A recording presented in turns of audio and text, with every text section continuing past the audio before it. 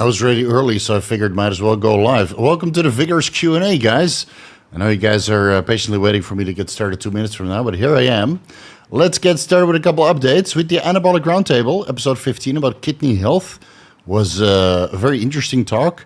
And obviously we had a little bit of technical difficulties in the meantime, so it took basically almost 2 months to record that episode. But next week, Wednesday, we'll record another Anabolic Roundtable. That's episode 16. And then we're going to discuss brain health with an actual neuroscientist or a neurosurgeon.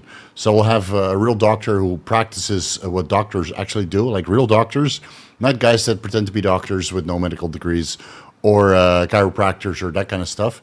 So we'll get an actual doctor on the Anabolic Roundtable, episode 16, and then discuss brain health in the context of performance-enhancing drugs, especially anabolic androgenic steroids. Apparently, it turns out that Bioglutide might have been a scam by Biomed.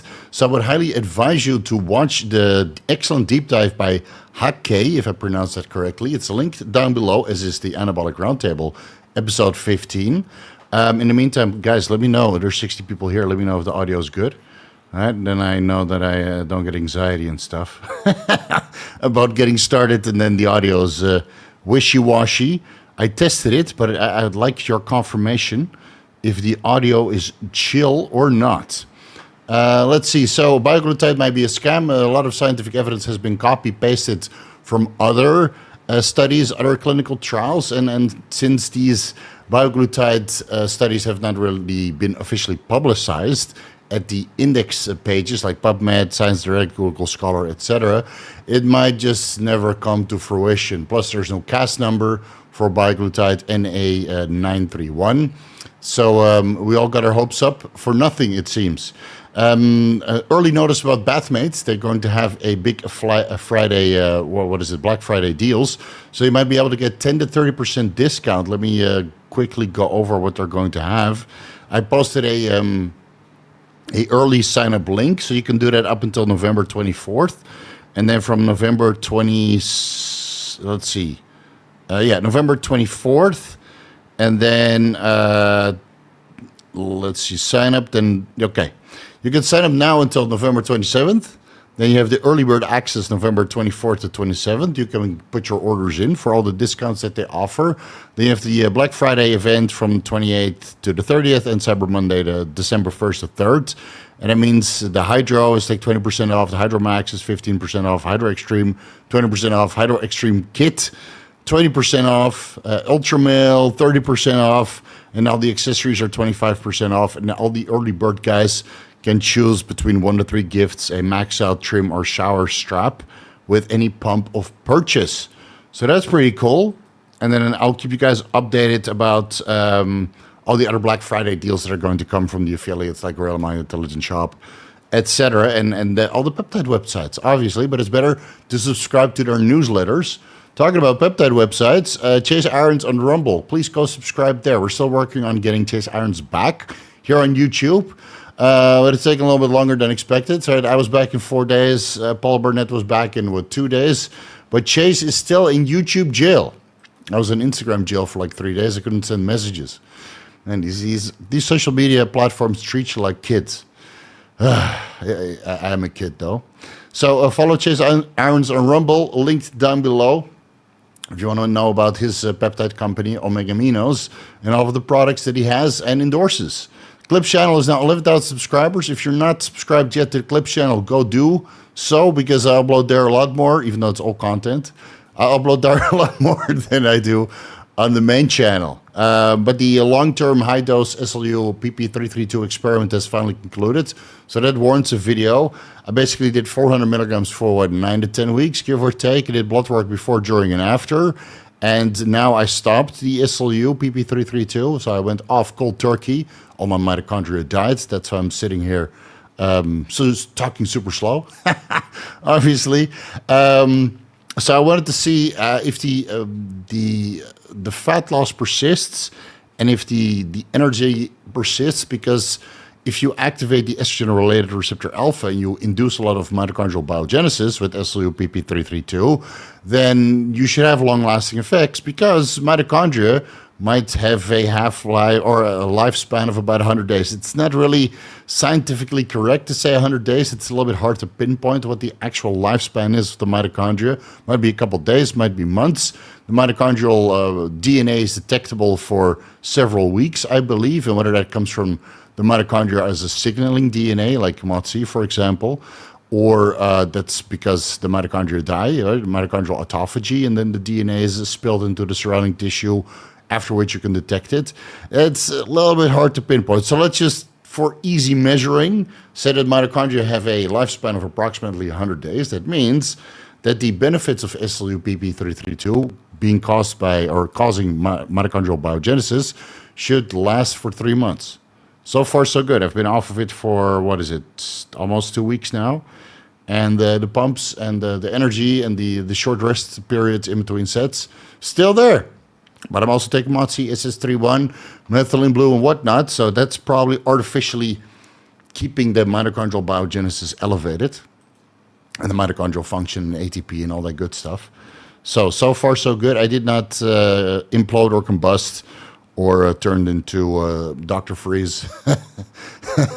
And the blood work, there's not much to report. My lipids were low, and my triglycerides were low, and I had bouts of hypoglycemia on this dose. So let's see. That's why I want to do blood work again to see if anything changes after coming off of it for 2 weeks, and then see if that was actually the SLU or something else that I'm doing. All right, so soon there will be a video about that. And don't believe the hype that you need to inject SLU-PP-332. It's just a marketing tactic to sell SLU-PP-332 dissolved in DMSO, and that's not something you should be injecting. You know, if you want to use DMSO for topical cream or for arthritis, sure, but injecting DMSO. Somebody didn't watch the Carrier Old deep dive. All right, let's get the disclaimer out of the way, and then we'll get started with the questions.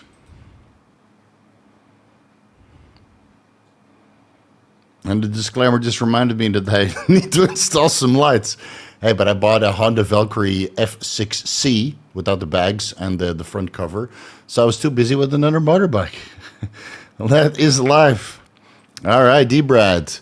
Hey, Steve, would you recommend Injectable NAD Plus or the mitochondrial stack to people in their 20s? You can give it a try, but it seems to work better in people that are a little bit older and, you know, have a little bit more responsibilities. Like when you're 20, dude. You're full with energy and you have no responsibilities besides school, maybe.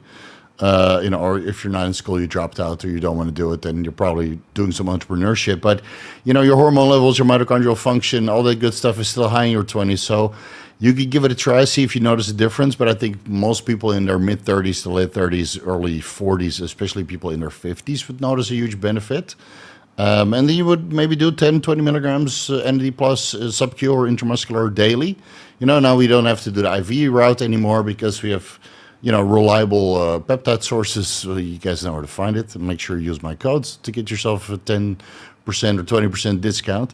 And then you use the injectable NAD plus sub-Q. Don't need to go IV. I went with pharmaceutical NAD plus IV once a week, 200 milligrams. I did that for many years. And now I just do it sub-Q and I get the same results for a fraction of the cost.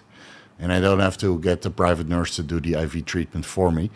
And, yeah, mitochondrial stacks like, what is it, SS31, MOTS-c, methylene blue, SLU-PP-332. I think SLU-PP-332 would be beneficial as a fat burner, but MOTS-c, SS31, methylene blue would have beneficial effects because it's also a MAOI inhibitor. So you get some dopaminergic, serotonergic, and norepinephrine effects out of that. But MOTS-c, SS31, and maybe even injectable NAD+, when you're a little bit older, you probably notice more of a difference. D-Brad, how to titrate down Reta dose from 5 milligrams a week, doing everyday injections. So you were doing a quarter milligram or 3/4 of a milligram or 1 milligram 5 times a week. What would be a realistic weight gain from 160 pounds? I'm worried about post-show rebound. I would just slowly taper it off, maybe 1 milligram a week. You know, it's until you get, like, I wouldn't have to dose right away. I would maybe do 1 milligram a week reduction. So 1 week you're on 5 milligrams, then 4 milligrams, then 3 milligrams, then 2 milligrams. Then maybe you stay on 1 milligram for a while until you really get your appetite under control and learn how to eat normally again without these kinds of appetite suppression in your system. and then take it from there. I personally, I'm running like 1 milligram retatrutide per day right now, and that's really keeping me on track because I've been dieting for months and I'm still not shredded. So, and I fucking love food. I'm a foodie, and I have one character flaw, and that's basically that I can't control my appetite, but I can control a lot of other urges. So, and you win some, you lose some. Retatrutide is a lifesaver for me, but I would taper that off slowly. I'll probably stay on retatrutide for the rest of my life at 3 milligrams a week, up to 7 milligrams a week. That seems to be the sweet spot for me. 12 milligrams per week seems to be a little bit too much. I get all the appetite suppressing and fat loss benefits and insulin sensitizing benefits on 7 milligrams or 3 milligrams per week. And if I were ever to do an off season, I'd probably stay on 1.5 milligrams Reta per week, like say half a milligram on Wednesday, Friday, sub-Q, to still help me control my appetite, because even during the off season, I could just eat up a mountain and get morbidly obese, which is something I don't want to have again. CD, I'm looking to move to Pattaya soon. Good luck. Pattaya is like a little Indian right now, so unless you're into that kind of stuff, like it looks like you're from you're coming from Australia, right? Australian dollars. Okay, so in the UK you have a lot of Indians. I'm not sure how it is in Australia. But that facade in your picture makes me think about the UK or Amsterdam. Let's see, what would you say is the best pharmacy for price? Dude, we don't do source checks here, man. Come to the Muscle Factory in Bangkok. If you qualify for the Thailand starter kit, I'll give it to you. And otherwise, you have to ask around there at the gyms. And you approach a bodybuilder and said, hey, I'm new in town. Which pharmacies are the places to go to? But we don't discuss that publicly, as we all know, right? Otherwise, these pharmacies that are in Thailand would also have online pharmacies, and then we could discuss it. But they don't, so we don't.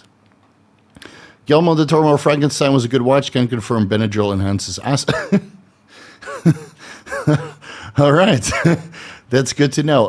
Doesn't that come out on November 7th? Did you get an early screening or something in the theater?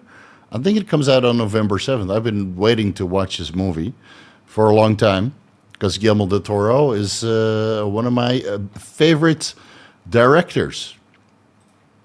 Very good, especially with fantasy. Mr. and Mrs. Blue Collar Bodybuilding. Steve, we need a final verdict. Are you going to Arnold? Paul, me, Amy, myself, wife are renting the same giant house as last year. If you need a place to crash. Yeah, I'll be going to the Arnold, but I'll probably stay with Chase, because Chase is funding my trip, or at least part of it, because, well, I'm, part of his company, Omega Minos, and it means Chase is flying me out. What is it? Not first class, but I think it's like economy plus at least. That's what Chase said. Yeah, you can do economy plus. It's about business. We can't. We can't. We can't afford that. I'm flying from Thailand, for fuck's sake. It's very, very far. But yeah, it's very likely that I'll go to the Arnold. I haven't decided on the exact dates yet. The plan for now, I need to change my passport. So I need to change my passport and then book the flight. So I will do that within the next couple of weeks, and then book the flights, unless I don't need my passport for that. And then I can't remember if I needed my actual passport number on the flights. So I'll probably start booking soon. I'll fly to Vegas first, stay there overnight, and then fly to Columbus, Ohio. Unfortunately, there's no direct flight between Columbus, Ohio and Las Vegas, which is kind of shitty. So I need another stopover. So Bangkok to Las Vegas is a stopover in South Korea or Japan. And then Las Vegas to Ohio is a stopover in Detroit or Chicago, right? So I don't know. It's going to be like 27 hours. I'm probably going to do a pit stop in Las Vegas, 4 days at the Arnold, and then fly back to Vegas, do shopping for the year, and then buy some $50 shoes at Macy's again, which are now all trashed because I use them for motorcycle riding. But yeah, I'm 99% sure that I'm coming, and I'll either stay with you or Chase. If I'm staying with you, then yeah, all I need is like a pillow and a couch, and I'm happy, because my wife is not near though, so I can, just a couple bottles of whiskey, and I'm good to sleep anywhere. 2 rooms open. How much for a room? What? Steve, we could be roomies, bro. Yeah, we'll talk about Star Trek, Deep Space Nine the whole day. I would tell you to fast toss your 40. We have curl competition, you'd win, but we all win when the bicep grows. That's true. That's true. All right, let's get into some super chats. $50. What a start! Holy moly! How long would you recommend for the mitochondrial stack of SLU, MOTS-c, 5-amino-1-MQ, NAD+, and methylene blue? Been running it with 10 milligrams cardarine plus 750 milligrams L-carnitine. Good to combine both of those. For a cut, is there a point where mitochondria gets saturated or overstimulated? Well, I was running 400 milligrams SLU, which is a boatload of mitochondrial biogenesis. And again, I did not spontaneously combust, even though I was pretty sweaty at night. And I had clammy hands, so I used a lot of chalk when I was doing any kinds of presses or grabbing, pulling, right, for back or chest day or shoulder day. So that was basically the only side effect. My body temperature went up, I sweated a little bit more, and had clammy hands. Whoop-de-doo. I've been on MOTS-c for a few years. 5-amino-1-MQ, I rotate in and out. NAD+ I've been on for a few years. Methylene blue, at least a year. SLU, low dose, I think year-round is okay, but higher dosages I would limit to maybe 8 to 10 weeks. And then see how long those effects last. Again, there's not so many people who ran a long-term SLU high-dose experiment besides me and Guerrero Chemist, right? And but he didn't post any before and after blood work results, so I don't exactly know. But he said he also didn't notice much of a change on his blood work. And again, the only thing I really saw was my lipids getting lower, so my HDL is low, but I'm also on a boatload of steroids. And my triglycerides were like 20, which is probably the lowest I've ever seen. And my LDL was like, what, 60 or something? And everything, yeah, and my hemoglobin A1C was like 4.7, 4.6. So that's pretty low also. So I would run it for as long as you need to get lean, and then take the 5-amino-1-MQ out, at least, because that seems to be only beneficial when you're sub 6% body fat. And then drop the dose of SLU down to a maintenance dose, 250, maybe 500 micrograms. MOTS-c, maybe a couple times per week. Methylene blue, 3 to 5 to maybe 10 milligrams. And then cardarine you take out, obviously. And L-carnitine, well, that's not something you need to cycle off of. So, use the drugs as needed. When you're shredded, you take the drugs out. It's that simple. And you keep the drugs in that help with energy levels. Ran semaglutide for 1 year, and Reta for the past few months. About 50 pounds to go after losing 75 pounds so far. Nice work. Should I consider taking a brain at maintenance or consider cutting if I still feel good? I would just continue cutting until you're leaner than you want to be, because there's always a rebound. And the problem with the rebound is that you get fat. So I'm going to keep cutting at least until Christmas. And then after that, even though I'm coming off all of the drugs, I'll probably stay off the steroids and the GH and all that shit. I'll probably go to a TRT dose because it's going to be too hot in Thailand. And then I've been saucing my brains out for several months already. So it's time to throw in the towel for a bit. But I'll stay in Reta and TRT and just shrink and stay at least as lean as I am at that point, or maybe even leaner. And then the next time I get back on the juice, then I don't have to restrict calories so much. I don't want to get fat again, you know. And you wouldn't be able to tell from this face because, well, I'm on Deca and Mint, and I was on Anadrol and GH, and I took all that out because it kind of made me sleepy and lethargic, and I couldn't really eat properly on Anadrol, but it was also on Retatrutide. So, right, I still need to eat a certain amount of calories to stay full. So, you know, I'm getting pretty lean. Right, I just trimmed all my body hair, so there might be some blemishes. But, yeah, the lower back is, well, now it's watery. It's like jelly, you know. Cheap jelly. Not the nice jelly, but it's like a cheap jelly that looks like grandma's skin. But in the morning, I have clear separation between my obliques, my lower back, and my ass. And my ass is starting to get striated. So I think I'll continue until Christmas. So that's how many more weeks? 1, 2, 3, 4, 5. Oh, that's October, bro. 6, 7 and a half weeks. Yeah, it should look pretty good. And then we'll have the Christmas bullshit. And then I need to get rid of that for 2 weeks. And then maybe another month in January. But it's better to diet until you reach a point where you're like, oh man, I'm really too lean and I'm a little bit flat and I'm really sick of this process. And then you start going to maintenance and reversing your diet and coming off the fat burners. Because you will get fat and you will start to hold more water. And then you're like, fuck man, I was so shredded and now I'm blurred. You know? That's why I'm trying to get shredded on Deca, because you're blurred anyway. And then when you're really lean, or when you look lean on DECA, then you're actually lean. Hey Steve, I'm 37 with hereditary male pattern baldness. Just finished my first steroid cycle, planning a hair transplant. How could steroids affect healing or long-term graft survival? I have no idea. I've never looked into that, but I think it's better to come down to at least a TRT dose, maybe 100, 150 milligrams a week. Use a 5-alpha reductase inhibitor. That could be saw palmetto, pygium, or reishi mushroom extract. And again, a low dose of TRT doesn't require much 5-alpha reduction inhibition because you cannot convert that much because there's not so much testosterone in your system. And then obviously the hair grafts that are coming from a place that are non-susceptible to DHT should stay in place, but then at least you're preventing or minimizing further hair loss from the male pattern baldness areas that you have that are susceptible to DHT. And then otherwise it's finasteride and dutasteride, but you might murder your libido and your dick as a result of it. So I would consider that a last resort. And then, I mean, you look into the peptides, right? We have BPC, GHK copper, TB500. I think some of the anabolic roundtables, Dean talked about his protocol because he did hair graft surgery in Turkey, and he came down to TRT and used the peptides after the initial inflammation came down because your hair will literally swell up from all the fluid and stuff. So you look like a potato, basically. You know, you look like a potato for a while. And then once all the inflammation has subsided, then you can do basically the same protocol that Dr. Dean did. And look at his hairline right now. I mean, he was handsome already, but now he's really handsome. Now he's really fuckable. And his wife is very pleased with that. Let's see. LLMs. Suggests Primo, okay, I don't know what LLMs is. Suggests increasing Primo from 160 to 210 milligrams and lowering test 270 to 230 is better for Haga. Oh, what the fuck is that? Acne, okay, as DHT converted from test is more tissue specific than Primo. Does it make sense to you? None of this makes sense, bro. None of this shit makes sense.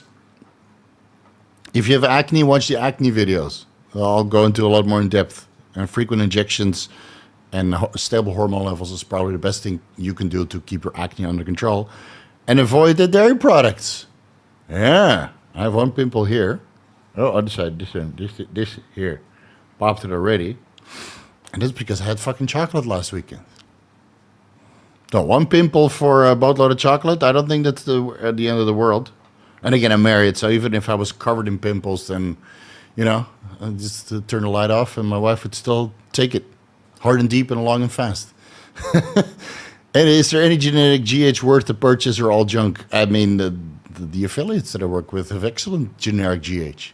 AP and BP, Anabolic Pharmacist, and Belligas. I use it myself, and it's pretty good. It was so good that it made me too sleepy and made my IGF-1 level so high that I decided to take it out because I was, too volumized and too lethargic the whole day. Then again, I do a whole vial per day, so I'll just do one vial post-like day. Sleep like a baby, and then that's it. Luke, hey Steve, hope you are well in your family too. Yes, we are. Thank you very much.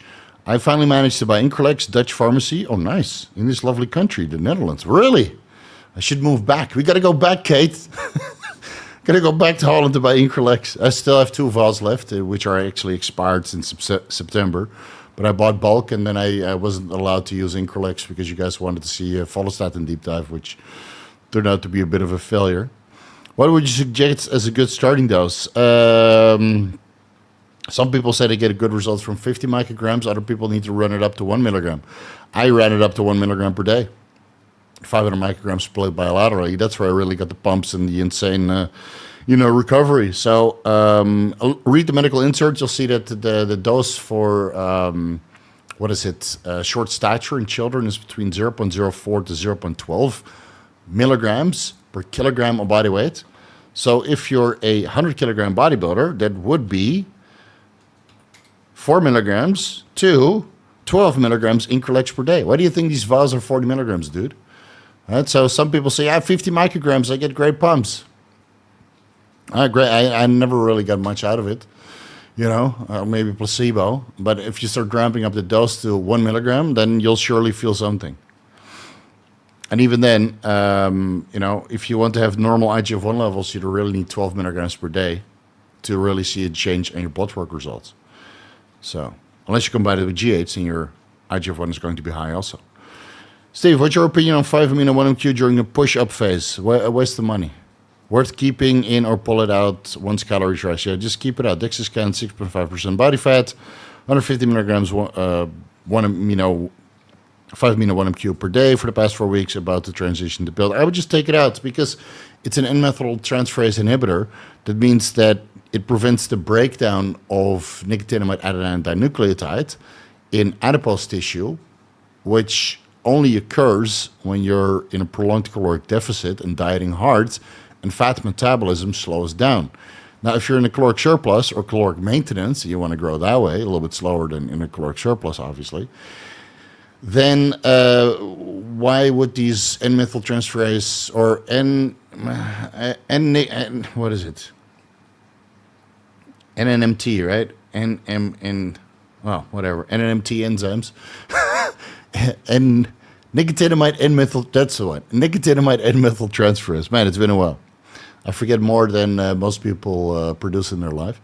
Nicotinamide N-methyltransferase, this enzyme breaks down NAD+, but only in adipose tissue in a caloric deficit or prolonged caloric restriction. So why would you need to inhibit that process and get NAD+ levels up during the off-season when you're just storing fat in adipose tissue? Even at maintenance, fat is going in and out, and fat metabolism in adipose tissue is sustained because you have constant turnover of fat going in and fat coming out.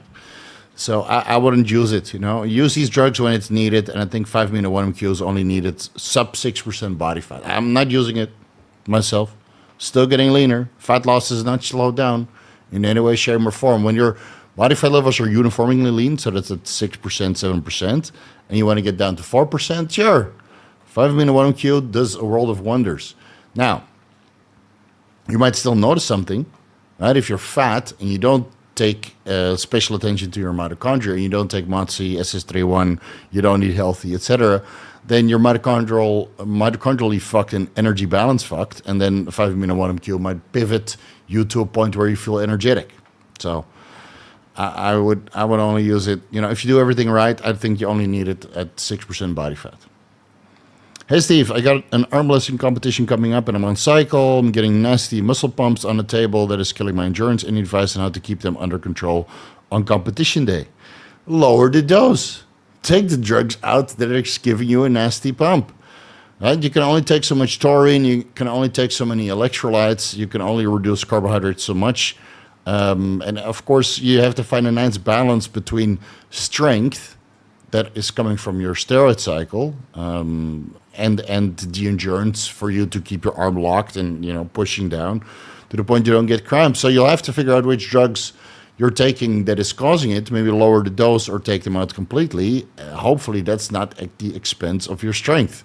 Right, so I would still recommend maybe 1,000 milligrams taurine 4, 5, 6 times per day. Really pay attention to your electrolytes, especially your magnesium and your potassium. That can reduce cramps quite a bit. And if you're taking something like Turinabol, that's an aldosterone synthase inhibitor that can actually cause cramps by promoting sodium excretion because your aldosterone levels are super low and then you're just pissing out all the sodium and you create an electrolyte imbalance that way. And then it doesn't matter how much sodium you take, or especially if you take Turinabol and a sodium glucose type 2 inhibitor. And that's like cramp city, dude. And hydrochlorothiazide to control your blood pressure. Turinabol, Empagliflozin, and Diazide all together at the same time. You'd be surprised, man, what I see in consultations, dude. I want to stay lean. I don't know, I'm crampy. I extend my bicep and I get waves coming all over my arms, from the cramps. These people have no idea the synergy that they're inducing. So, you might have to reduce the dose, man. It's not the answer that you're looking for, but it's probably the most responsible thing you can do. Big thank you for running that SLU experiment. Really appreciate the time, brother. Looking forward to the video. Yes, soon. Any markers besides fasting glucose you track to judge insulin sensitivity on a recomp to build or a push-up phase? Thanks again. Hemoglobin A1C and fasting insulin levels also, because your fasting glucose could still be in range, but your fasting insulin levels go up and up and up. You produce more insulin over time as your insulin sensitivity comes down for the same amount of glucose management in the bloodstream. And then estradiol contributes to glucose homeostasis, and retatrutide or tirzepatide, or GLP-1s in general. So, right, or you take chromium and berberine and metformin, all that shit. So there's so many metrics you can do and take, and daily fasted cardio, walks in between meals or in between sets in the gym. So many things you can do to keep your insulin sensitivity in check. But as soon as you start to see your fasting insulin levels creep up, assuming you don't take a long-acting insulin like Levemir or Lantus, for example, that works until the next day. Assuming you don't take that, if you see your fasting insulin levels creep up, then it's probably time for a mini cut, and then you cut the carbs in half for a week or two, increase your steps, and maybe take a little bit more berberine or metformin if you want to. I don't like metformin, but some people still swear by it. Whatever the fuck works for you. If you like low IGF-1 levels and reduce performance in the gym, then by all means take your metformin, bro. All right, I'll train twice as hard for you. I'll take the Increlex for you. And not everybody's meant to be a beast. So, fasting insulin and hemoglobin A1C is probably the best way to see what's going on with your insulin sensitivity. Matt, what's up, bro? Welcome to the Vigorous crew. Get those questions a-poppin'. I have 10 vials of injectable lyophilized SLU-PP-332 vials. Can't dissolve them. Yes. Is it safe to mix them in powder with tap water and have... yeah, you could do that. But it doesn't dissolve in water either. I mean, to my surprise, when I got the SLU-PP-332, I wanted to mix it in with my methylene blue. And then the methylene blue dissolved beautifully in blue, and the SLU-PP-332 floated on the top. So it's hydrophobic, right? It doesn't dissolve in water. So what I did is I just scooped the powder in my mouth, and then swirl that around, and then swallow it raw, dry, whole, however you want to say it. And that worked just fine. You don't need to inject it. I think the oral bioavailability is just fine, right? In the animal studies, they used intraperitoneal injections, and it's had higher bioavailability. But dude, I think if you take 400 milligrams SLU-PP-332 or even 50 milligrams a couple times per day, or 1 milligram per day orally, everybody noticed a benefit from it, and I think it works just fine. Now, tap water... you can inject it in there, or sterile water, whatever water you have, but then you might not still be able to draw it from the vial because it's hydrophobic. So it doesn't come out. So you might be able to dissolve it in MCT oil. Right? You just get coconut oil, inject it in there. I'm not sure if it will dissolve in there. I mean, the injectable SLU is apparently in DMSO. I wouldn't inject that. Seems like a nightmare to me. It's like injecting pure solvent. Ew. The people that do that, they have horrible injection pain. Is that worth it? Not really. And otherwise, you'd have to basically, those apple core removers, that would not be big enough. That would be too big, right? You basically have to drill out the rubber. Now, or you have to buy one of those uncrimpers. You have these crimpers where it basically puts the cap on the vial. But if you have those 1 milliliter vials that they use for all kinds of generics, then there probably is a tool to uncrimp them, or you have to use one of those cutters to cut it open and then just dose it that way. But if you can get injectable lyophilized SLU-PP-332 vials, you could probably also get the powder. I would just go with the powder, bro. Or wait for like Anabolic Pharmacist has high dose SLU capsules. And Modern Aminos is working on it. So just buy it there, dude. Dr. K's Revenge. Or D-Ray's... Drake's Revenge. Okay. I see the DR and you think doctor. PTSD from social media. I see DR and I think a doctor without a doctorate. Steve, police officers die of cardiac problems from shift work and adrenaline dumps with proactive beta blockers make sense. Nebivolol, propranolol. Yes. Yes, I would say so. Would Nabivolol and propranolol also make it more difficult or impair your judgment in situations where you need an adrenaline dump because some fucking lunatic is pointing a gun at you? Maybe also. So maybe the mortality is more acute when you take propranolol, Nabivolol or propranolol because you're more laid back. And of course, it might be good to de-escalate situations, but I would run that past... Because whenever I take Nabivolol and propranolol, I feel super chill, man. I take sometimes a Nabivolol post leg day, because leg day is very violent, and then, I hit some PRs, and I feel just fucking ramped up, and I'm like, fuck, man, I'm never going to sleep this way. So I take a Nabivolol or propranolol, whatever I feel like is warranted, like short-acting or long-acting, and then a bolus dose of growth hormone and some melatonin to kind of ease me back, but I'm too fucking chill at that moment, man. I just want to lay on the couch and fucking watch, watch some YouTube bullshit. And that's not a very good, mind state to be in when you're a police officer trying to get all these lunatics off the street. So, in the long run, yes, but you might, in the situation where it's life-changing or life-saving, it might not be good because your judgment is impaired or altered. Matt, he just subscribed, right, to the Vigorous crew. Hey, Steve, I've been cutting since November 2024. Started at 277 pounds. Holy moly.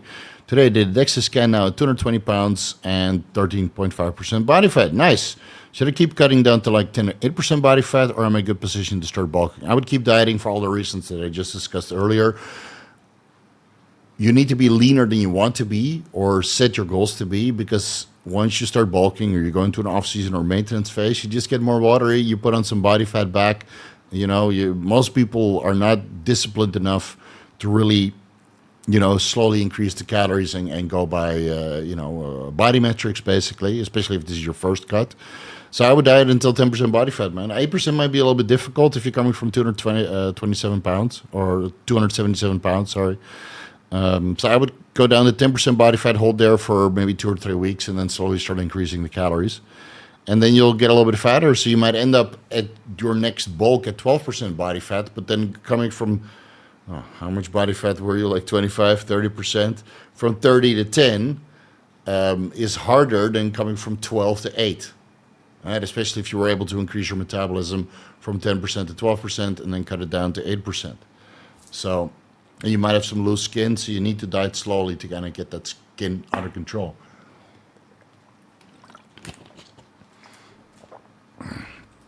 Oh, geez, this guy's throwing money at me. Cheesecake on me, brother. Well, that's a whole cheesecake. So tomorrow we're going for Thai food, actually. But I'll probably have some Thai dessert then. We're going to Nara. It's one of the best Thai food branches here in Thailand. My wife's like, I got to get some Thai food again. I spoiled my wife with Thai food for like 3 weeks as my mom was here. And of course, she only wanted to eat Thai food. We have great steaks and sushi in Thailand. But I get it. You're a tourist.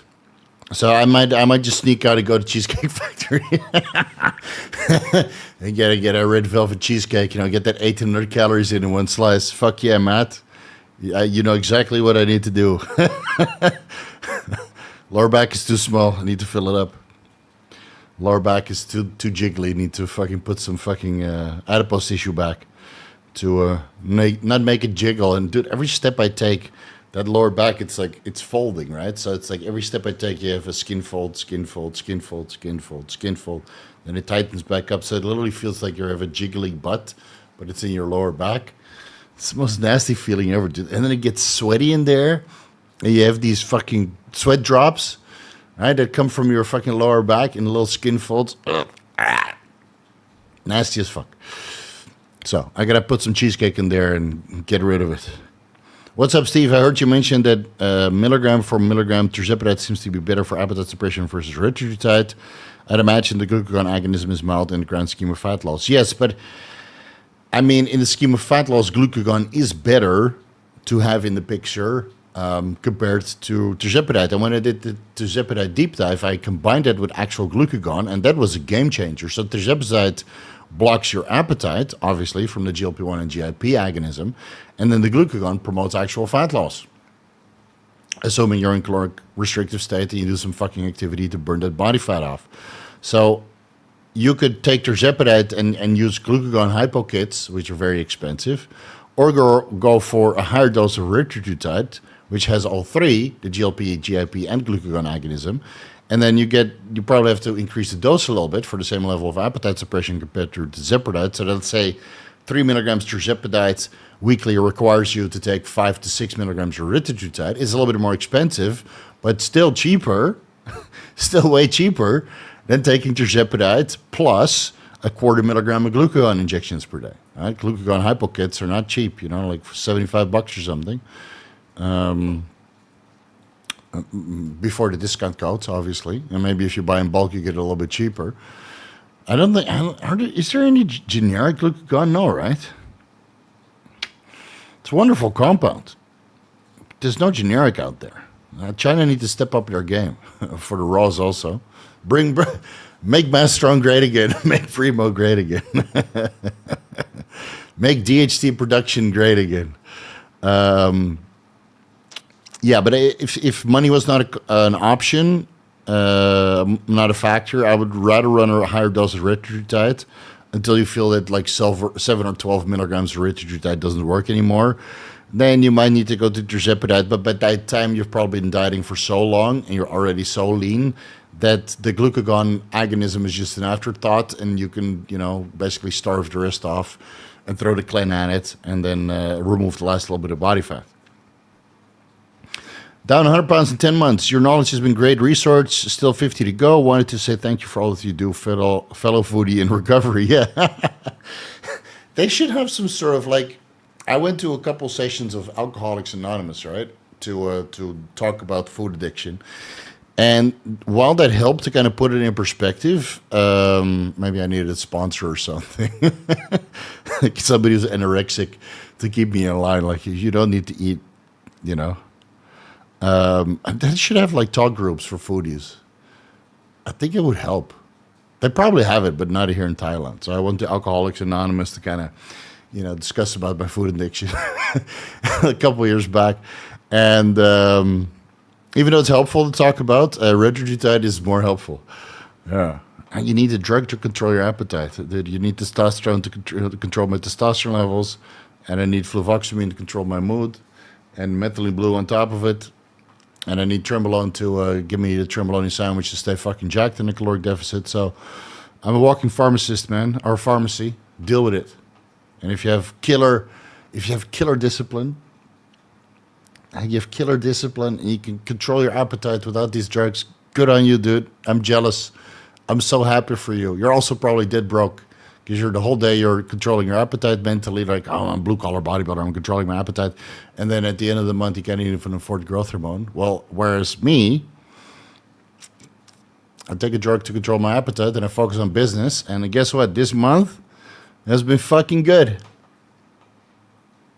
So I'd rather provide for my family while being on retatrutide. It's a major justification, obviously. I had to take retatrutide to provide for my family, but I was able to buy a motorcycle and take my wife out on a holiday and send some money back to my family in Holland and still have money to spare to put into cryptocurrency. So I'd rather be that, man. I'd rather not focus, not have any bullshit with my appetite and needing to suppress that all day. Just focus on business and making money and providing like a man should, and not be a moody son of a bitch like, moping and groping and whatever all the time, like all those other bodybuilders that are blue collar. Good on you, man. Just be a moody son of a bitch, focus on making money. 30 mil or 30 million. Well, let's go with 30 mil. Thoughts on GH versus Secretagogues post-surgery? I heard you mention in past videos that the multiple molecular weights might be more beneficial for growth hormone. Yes, so when you take growth hormone Secretagogues, you get multiple molecular weights, right? So you get the 22, 23, and then, or the 23, 24, maybe 24, and then there's a couple other isoforms as well. So it kind of depends on your age, though, because if you're like over 35 or over 30, and you can take a boatload of growth hormone Secretagogues that make you fucking hungry and then get fat post-surgery, but you didn't get so much growth hormone out of it and not so much recovery, then you're just obese, right? It's not really cool. Right? You had your surgery. You already can't go to the gym for depending on the surgery that you have, and now you got fat too, and the recovery wasn't even enhanced. So it kind of depends on your age. Now you're 30. I think growth hormone secretagogue should still work, or you could do both. Right? You take ipamorelin and tesamorelin together. Right? That's a stack that works on the GH, the growth hormone, the ghrelin receptor, and the growth hormone releasing hormone receptor. Fuck man, it's been a while. Don't quote me on this. Anyway, take one that works on the ghrelin and the GHRH right? So you get a synergy between both. You can take some fucking melatonin, which is a great growth hormone secretagogue as well. Nobody talks about because that doesn't sell like melatonin. It doesn't sell on the peptide websites. But hey, 30 milligrams of melatonin, dude, you fucking sleepy all day, borderline depressed. But it's great growth hormone secretagogue. Yeah, people don't know. People want to keep that a secret, but it's, you can't make any affiliate sales on melatonin, but it is. That's the fucking truth. So you should be able to get away with growth hormone secretagogues. But I was 41 when I did all those surgeries, and I took actual growth hormone, and I healed like nothing else. Like the doctor's like, what the fuck? How come your cornea is already healed? I don't know. How come your gynecomastia surgery is already healed? I don't know. How come your leg incision is already closed? But I was the 10 IUs of growth hormone and the 2 milligrams BPC 157, 2 milligrams TB 500, 5 milligrams GHK copper, some silica supplements and collagen peptides. Yeah, collagen peptides don't work. Well, bitch, they sure did for me. For many years. I haven't had an injury since I started using collagen supplements. Just got to mix it with essential amino acids so you get a little bit of leucine in there and isoleucine to start protein synthesis. Duh. Where were we? Anyway, you can get away with growth hormone secretagogue, whatever combination of a ghrelin receptor agonist and growth hormone release. No, what not growth hormone releasing hormone? Yeah, that's the one, right? Growth hormone releasing hormone receptor. GHRHR. It's been a while. I've been out of the game. Sorry, guys. So combine both of those. And maybe throw 2 IUs of growth hormone before bed on top, man. You take a growth hormone secretagogue stack in the morning and growth hormone before bed, or vice versa, whatever you prefer. And then and watch your body recover, man. And then the doctor says, you can't go to the gym for 8 weeks. And you're squatting 4 weeks later. Fuck you, bitch. Fuck you and your doctorate degree. You don't know shit about peptides, bro. Abraham dropped 100. Well, everybody's on fat loss train now. Everybody cares about fat loss. Guys, it's the end of the year. You should be caring about Black Friday and Christmas and Thanksgiving and New Year. I mean, I'm trying to get lean too, but I'm on social media showing my face, I need to be shredded. I need to have like crazy separation everywhere. But if you're not making money off your body, you don't need to be fucking dice to the socks, man. Dropped 100 pounds plus. Is there a possibility to gain enough muscle mass to fill in loose belly skin after a successful off-season? Well, you won't gain so much muscle around your waist. Most of that will go to your, ligaments, upper body, back, legs. So keep dieting, and then you might need to do a tummy tuck surgery or use some GHK copper. Some people swear by that they take GHK copper throughout the entirety of their diet. And then the loose belly skin goes away. But yeah, some people need to do surgery for that, man. I mean, plenty of people do that. It's no shame in it. Oh, my daughter woke up. Well, my wife will handle it. LLMs are what we call AIs, ChatGPT, Perplexity, large language models. All right. Learned something new today. Acceptable to switch out retatrutide for MOTS-c to keep insulin sensitivity in check and fat oxidation during a muscle growing phase. Yeah, you could do that, but it's completely different mechanisms. Retatrutide, part of the insulin sensitizing effect is coming from the GIP receptor, and GLP-1 to a certain extent controlling, or GLP-1 is the one that helps with insulin sensitivity, and the GIP is your appetite suppression, so you get insulin sensitivity that way. And of course, glucagon is the opposing hormone to insulin, right? It's the releaser, and insulin is a storing hormone. Fat oxidation is on a mitochondrial level, so that has nothing to do with retatrutide. MOTS-c does, though. That helps with fat oxidation. So, yeah, it makes sense. Or you could take SLU, or SLU and MOTS-c and SS31 and methylene blue all together. Or you can take everything together, even retatrutide, to help with the insulin sensitivity and then just makes you control your appetite during the off-season so you don't get morbidly obese. What's your favorite PR song at the gym?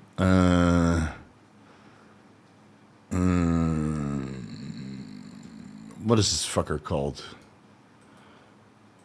I've been listening to this one a lot. Ronald. Falling in Reverse, is that the one? Yeah, Falling in Reverse, Ronald. Fuck, man. Shit hits hard. I haven't really listened to a lot of metal music. I've been listening to a lot of synthwave recently because I got so many bikes and do so many trips at night that I'll recommend you guys a YouTube channel that you should subscribe to. The guy uses all AI for synthwave music, but he makes some excellent tunes. It's called Pixel Wave. Yeah, link down below. If you like synthwave, then and video games, then this is the perfect channel for you. This guy pumps out a fucking whole album every day, thanks to AI.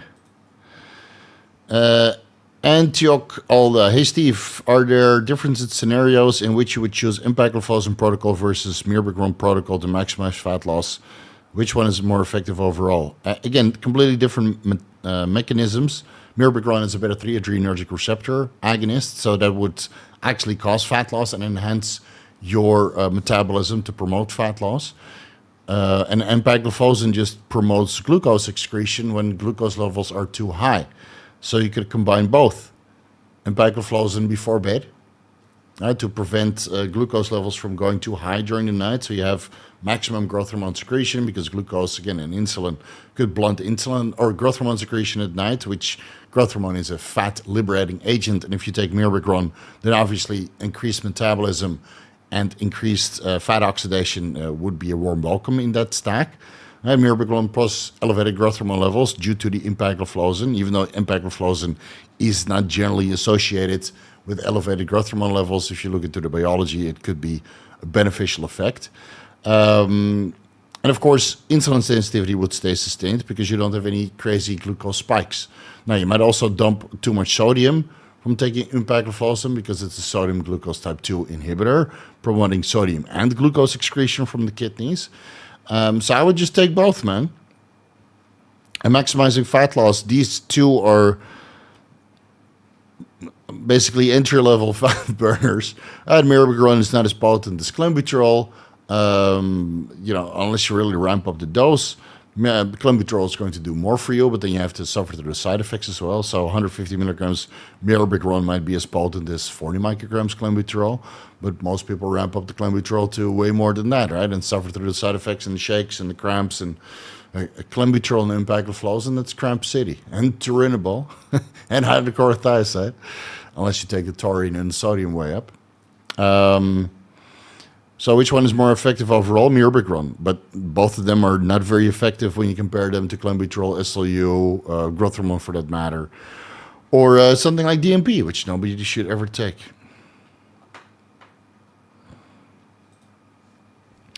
Summer Style TV. Just had to put down my dog of 18 years and it's got me out of funk. Yeah, I can imagine, man. Any tips for getting back on track? What increased my methylene blue dosage help?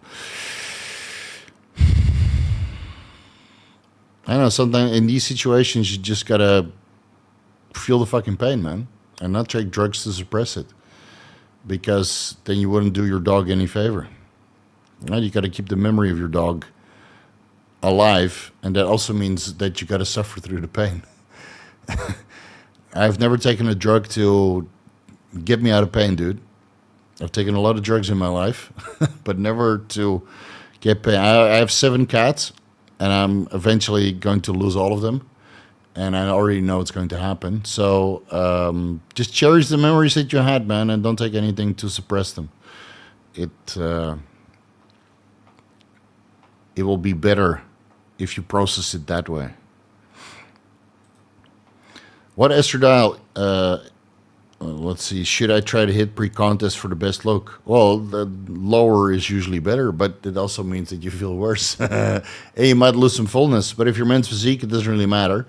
You're judged front to back, not the sides, no side chests or side triceps. So thickness doesn't really matter. So I would, crushing it usually works. That means an estradiol of 0 or 5. You know, and then you don't have to crush it the entire way through. Like, you can get shredded with an estradiol of 40 picograms per milliliter, even though stubborn body fat areas on the lower chest, the glutes, you know, the adductors, etc. It seems to be work a little bit better to get that fat off if you bring your estradiol to about 15 to 20 picograms per milliliter. It's not picograms per deciliter. Is it picograms per deciliter? No, it's picograms per milliliter, right?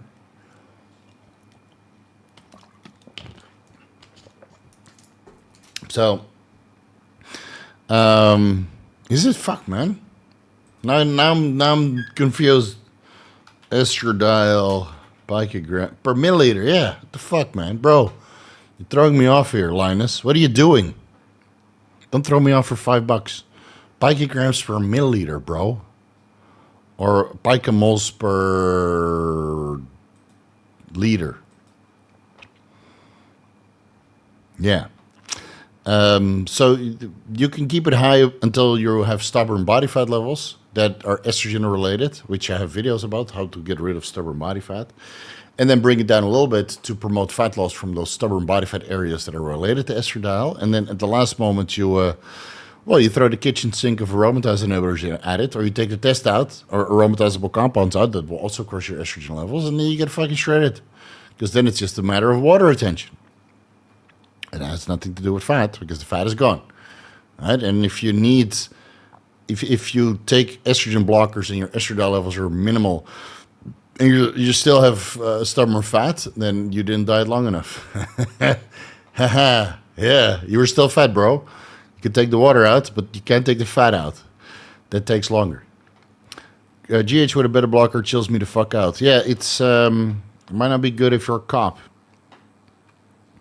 William Gemstone, 42 years old, 33% body fat, 70 pounds down from 242 pounds. Retatrutide 8 milligrams a week, 1 milligram a day, and 2 on Sunday. Test sip, 75 milligrams per week? Bro, what are you doing? Double that. Come on, man. Testosterone 2 milligrams daily, okay. Apomorelin 1 milligram daily. That's fine. It's expensive, though. You could probably get like 4 IUs of growth hormone for that price. And get more growth hormone out of it. Dude, honestly, do it like a little... Bro, William, come on. Do a little cost analysis, right? See how much you spend per month on testosterone and ipamorelin daily, and then compare that to decent generics that we have in the affiliate section on my website. You can probably get 4 to 5 IUs, man. That's more than you produce at 42 years old, you old fart. I'm 42 years old, and I take real GH. 5-amino-1-MQ and SLU 50 micrograms daily. So 5-amino-1-MQ at 33% body fat is a waste of money. In my opinion, I would rather see you shuttle that money that you spend on 5-amino-1-MQ or more SLU-PP-332. Carved 50 units, anything I can add to be peeled this summer. You will not be peeled by next summer. Even though you have 6 months, you're 33% body fat. You'll be 10%. That's not peeled. It might be peeled for you. I'm about 10% now. I'm not peeled in any way, shape, or form. Peeled is when you basically your entire body looks like a giant erection, right? With veins everywhere. I mean, look at my face, man. This is not peeled. It should be like sunken in, where it looks like you're always amazed because you're fucking. Your eyeballs are like popping out of your skull because there's no fat surrounding it. That's peeled. You'll be 10% if you're lucky. And you can probably be leaner if you double the test, shuttle the money from testosterone and ipamorelin to growth hormone, shuttle the money from 5-amino-1-MQ to more SLU, and carved. Yeah, of course, that's good, right? To get the carnitine in and the other aminos that are in there. Add some MOTS-c, man. Helps with energy levels and mitochondrial function.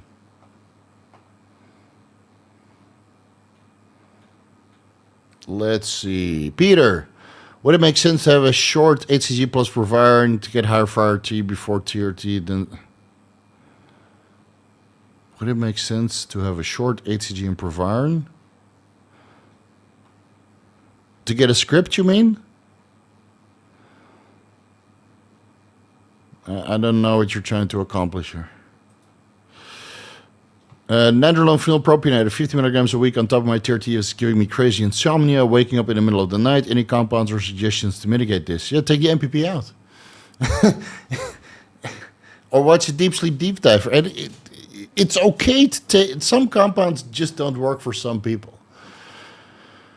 You know? Or train fucking harder. Like, I've never had problems with insomnia.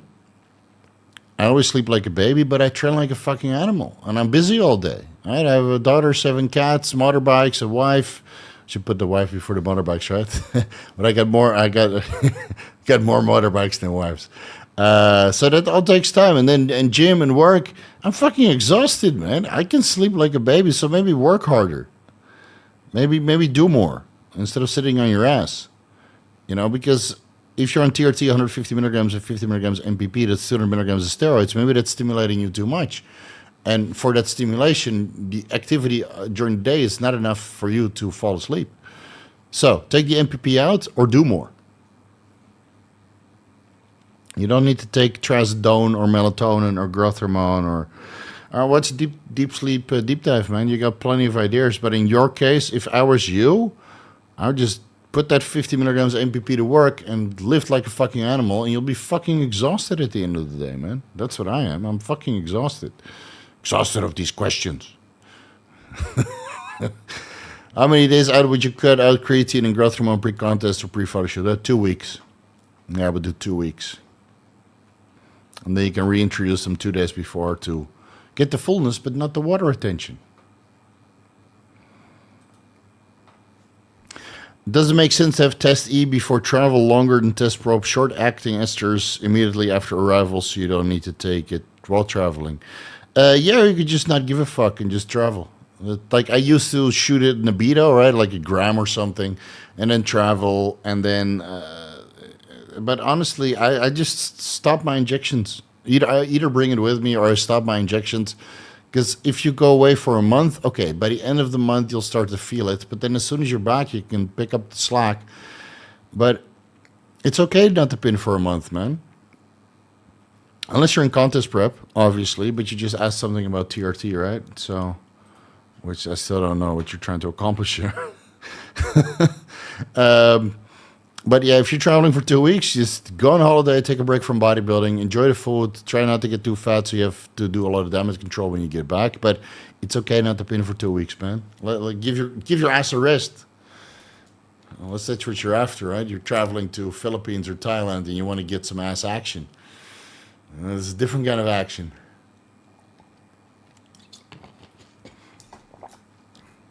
Hey, come here, stop injecting your glutes, do a lot of deep tissue massage therapy to get all that scar tissue under control, and then, you know, and have a lot of fun.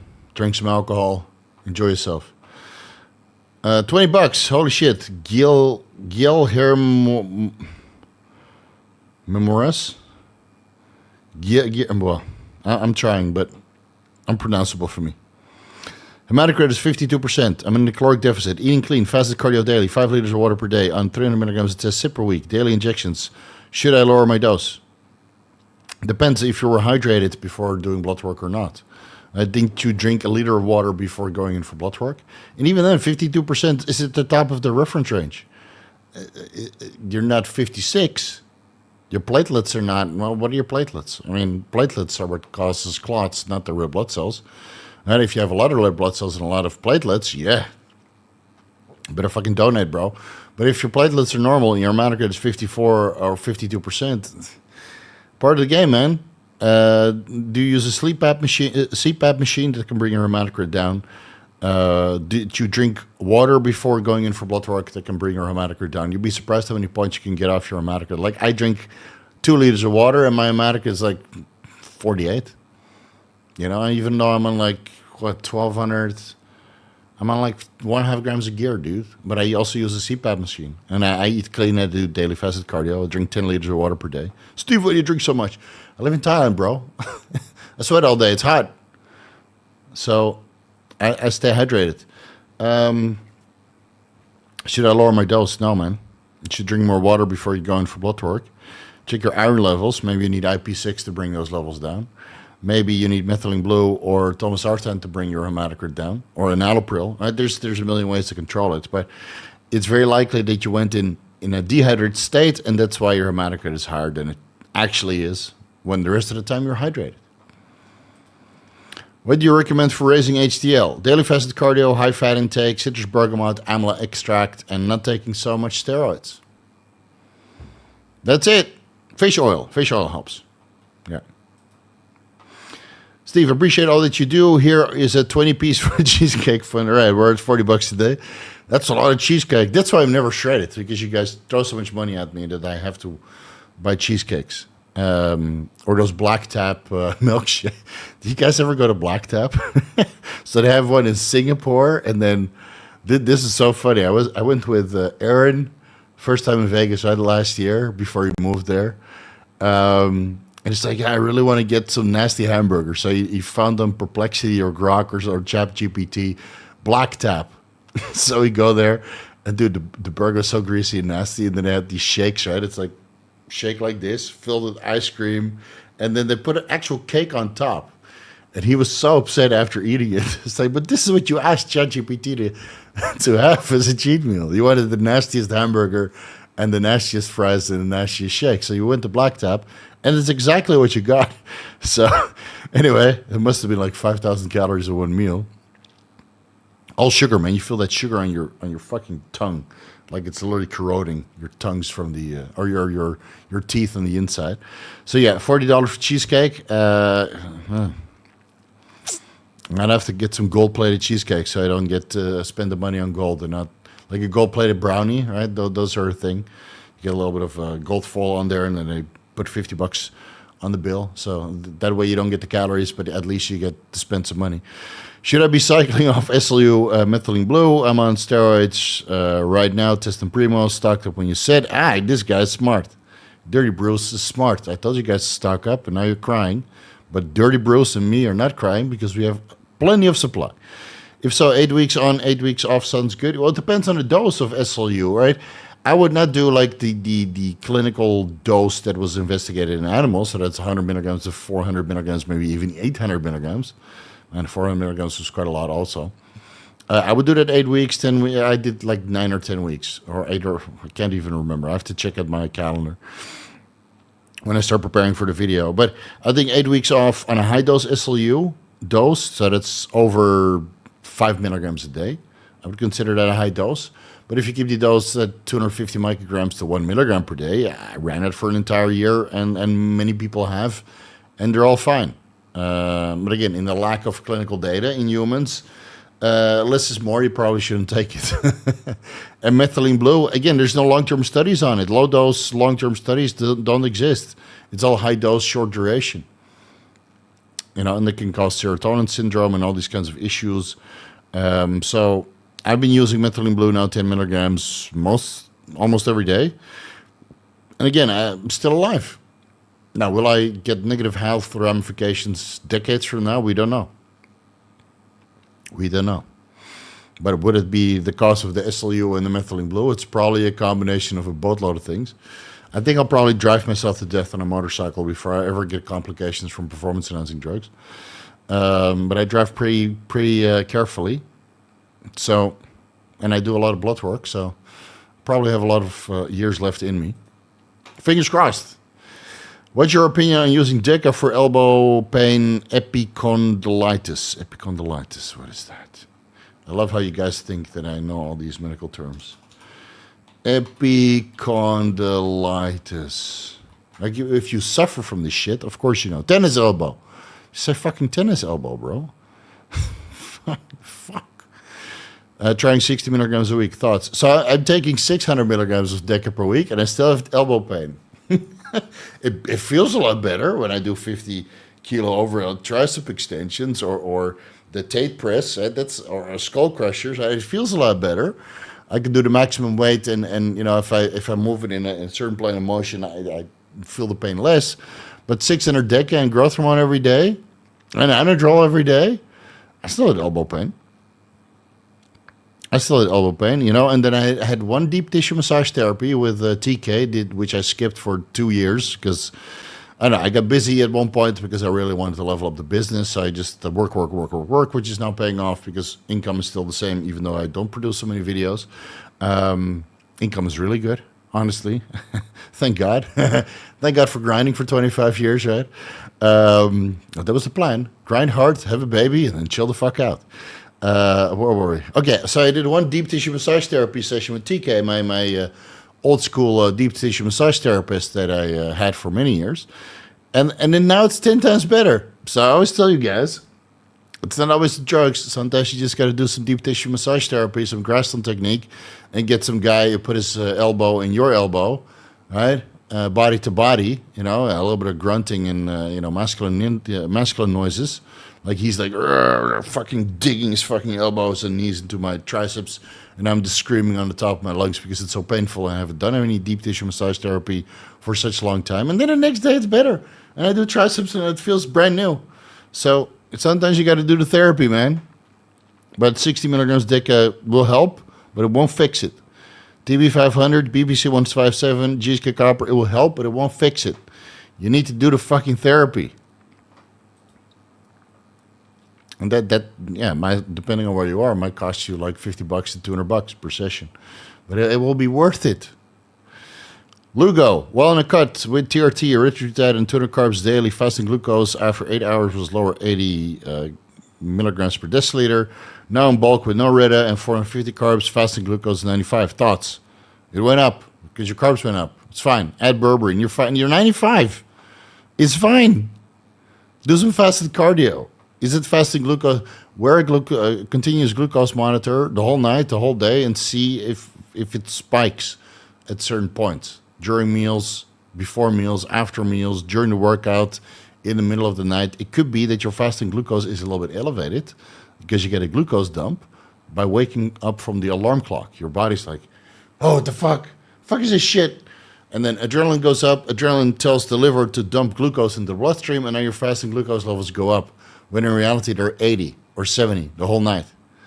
Get up for one of those Philips lamps that slowly illuminates the room and puts the ocean breeze on, and then or sleep with the curtains open so you wake up from sunlight. Could try that. And then you'll probably see that your fasting glucose levels are 70 or 80 in the morning.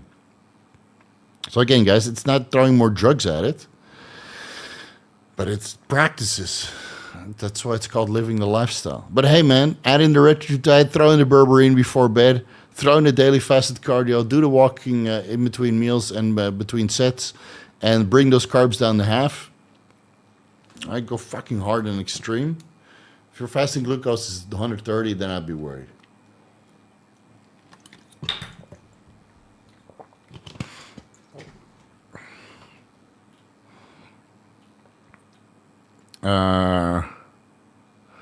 When bodybuilders do high carbs with very low fats, then have a cheat meal, burger, and fries before bed, does this not defeat the purpose of limiting fats during the earlier part of the day?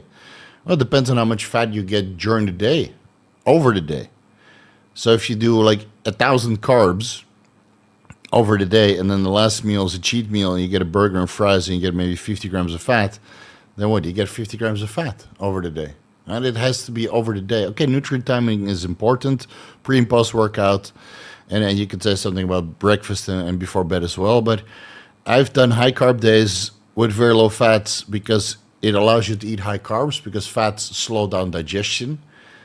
And then the last meal of the day, when digestion doesn't really matter, you still want to be, full for the whole night, then you have your cheat meal, a burger and fries, or just a burger with a double patty, which is usually what I did. Fuck the fries, man. Fries it's more carbs with shitty fats, canola oil. At least a burger you can make, you can get a gourmet burger that actually looks nice, and when you put it in a plate, it stands up. It doesn't fall over in misery and fucking everything slides out. A gourmet hamburger stays up straight. and you grab it, and it's very difficult to eat because it's so thick. It's thick. It's like BBL thick, right? So you might have to use cutlery to eat it, or you have to squash it a little bit and flip it upside down, right? That's the way to eat a gourmet hamburger. You flip it upside down, and then you eat it, and it stays perfectly in shape because the patty and then everything is positioned like a fucking Tetris specialist. You know, it's not like where you have one bite and everything flows out the back and it's grease everywhere and like fucking disgusting. And you know, there's different kinds. There's levels to this shit. There's level. You go eat a hamburger at Bavette's, right? There where Chase took me, and it was a life-changing burger. I haven't had a good burger since. Fuck you, Chase. Yeah, that's already 2 years. And then we went to Bavette's again in Las Vegas last year, and I haven't had a good burger since. It's all Chase Arns' fault. So you want a burger like that, like a life-changing burger. You're like, oh my God, this burger's so good, I can never eat something else. Yeah, a burger like that, that's different from In-N-Out. That's trash, or Burger King, or Five Guys. Those are trash burgers. Right? You want a gourmet hamburger after a day of high carbs. Respect yourself. Or make it yourself. Make yourself a nice, even a mama burger. With casino bread, pink casino bread, is better than fucking In-N-Out. Yeah, don't hate on In-N-Out, man. If you eat there frequently, yeah, you don't know shit about nutrition, man. Is it common to get dizzy on contest prep doing a lot of cardio? Blood work is fine. Doctor said carbs are too low, 150 gram net carbs on erythritide and growth hormone. Yeah, it's low blood blood glucose levels. It's part of the game, man. I was going hypo all the time on high dose SLU because I had like 50 to 70 carbs post workout, and then before the workout, I was like, oh, going hypo a little bit.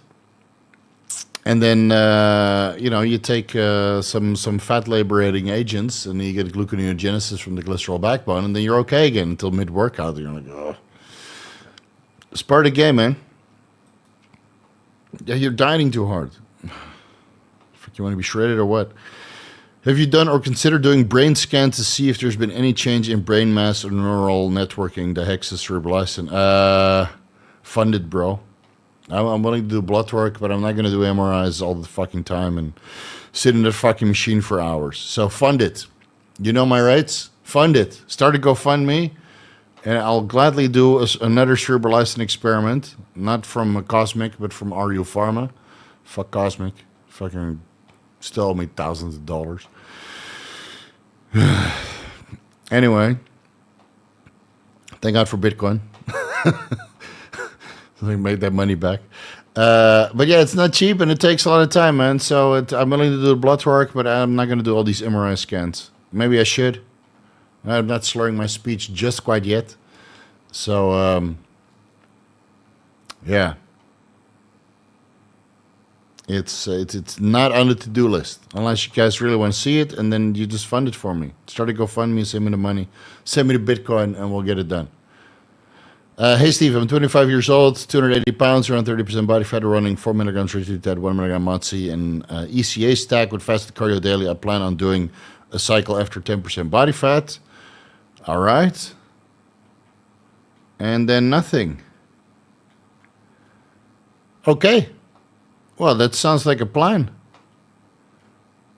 There's nothing after that. Yeah, it sounds like a plan, bro. Okay. Good luck. Thanks for telling us. Thanks for telling us. How do 5-alpha reductase inhibitors affect the anabolism from EQ? How much of the anabolism is derived from DHB? So I think Dr. Dean St. Mark did a little bit of an extrapolation of 5-alpha reduction based on Dianabol, which is very close to Boldenone, obviously. Boldenone is basically injectable Dianabol. And he came to the conclusion that EQ might convert at, 2.7% into diandroboldenone. So I would say minimal. But then again, DHT converts, or testosterone converts, 5 to 10% into DHT? If I remember correctly. Don't quote me on this.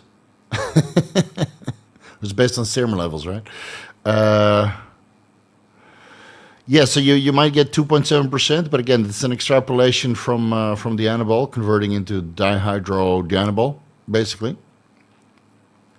or methandrostenone. Well, the Anabolic has a million names. So I would say minimal. If you want DHB, fucking inject it. That growth hormone is a better IGF-1 secretagogue than injecting IGF-1 LR3. So you take the fucking growth hormone. And if you want the localized effect, you inject the IGF-1 LR3 or Increlex where you want it.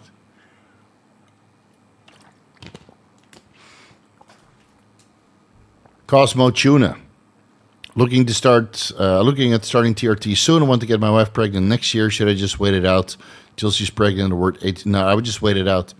Get her pregnant first and then start TRT. Because HCG doesn't really sustain. Like Man Medicine just did an excellent deep dive on this. Let me see if I can find that. Like it keeps your junk functioning, but it doesn't keep your semen parameters at baseline levels. Where's his videos? Here, HCG won't maintain your baseline sperm count. 8 days ago, only 600 views. So bring this up to like a couple thousand. Fucking assholes.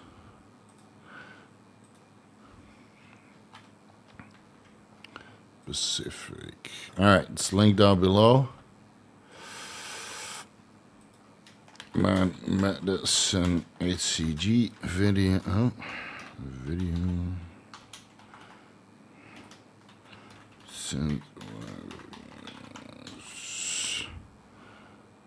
All right, down below, guys. Where are we? All right, here. So now, get the wife pregnant first, and then start TRT with HCG to sustain testicular function. But again, baseline semen parameters will be infinitely better, unless they're shit now. Then good luck trying to get your wife pregnant. But if they're good now, just get that out of the way, and then do the TRT. Right? TRT is always there, but getting your wife pregnant is not easy, you know. I see a lot of guys spamming. Yeah, okay. Lawless, you're out of here. Multiple questions, multiple spams. You're just banned for life, dude. This guy also buy. Stop spamming. Let's clean up. Where are my moderators? I had like 4 people moderate. Are you guys all? Did I ban the moderators too? Piss off. All right, where were we? All right, here. Okay. What is your sleep breakdown? Time in deep sleep, time in REM sleep time? I have no idea, man. But I wake up like 2 times to pee. I don't have a sleep tracker. It's. I try cryptocurrency. That's all I give a shit about. I sleep 8 hours. Could I sleep better? Probably. Do I wake up because I have a crying daughter? Can I change that? No. No. I already have like blind out curtains. My mattress was very expensive. It's absolutely phenomenal. When I lay down to sleep, it's very comfortable. I have a fan at the foot end of my bed and air conditioning for a nice stable temperature, but still doesn't cool me down too much. So I still sweat a little bit. I have a CPAP machine, but using these sleep trackers, I can't be fucking bothered, dude. I got so much shit to track. Despite accomplishing amazing difficult things in my life, I've never been lean. Do you believe in body fat set points? Do you have any anecdotes that inspire me? 47 years old, 90% body fat, 215 pounds. Year 1 on TRT. Look at the Retretutide or GLP-1 receptor agonist. It fixes a lot of things. And then look into mitochondrial enhancement later on. If you're already on TRT, for you, it's just probably energy expenditure and appetite control. And if you get both, then you get the job done. Appetite control and energy expenditure. And you can increase energy expenditure by doing more activity or use mitochondrial compounds, which we discussed many, many times. So again, the cocktail for you is probably Retretutide, SLU, and MOTS-c, and then perhaps methylene blue and SS31 if you can afford it. Methylene blue is cheaper than MOTS-c, obviously. But in the grander scheme, MOTS-c does more for fat loss than methylene blue. So you got to spend money to get the fat loss under control. And then you go to the gym, you do your cardio, man, and you control your appetite with retatrutide and only eat healthy things. So if you've never been lean, it's about, getting the discipline to eat the same boring shit, or at least be in a caloric restrictive state day in, day out until you're shredded or lean enough that you're happy. And again, from 19% body fat to 10% body fat, you can do that in 4 months, man. It's 4 months on these drugs is not the end of the world.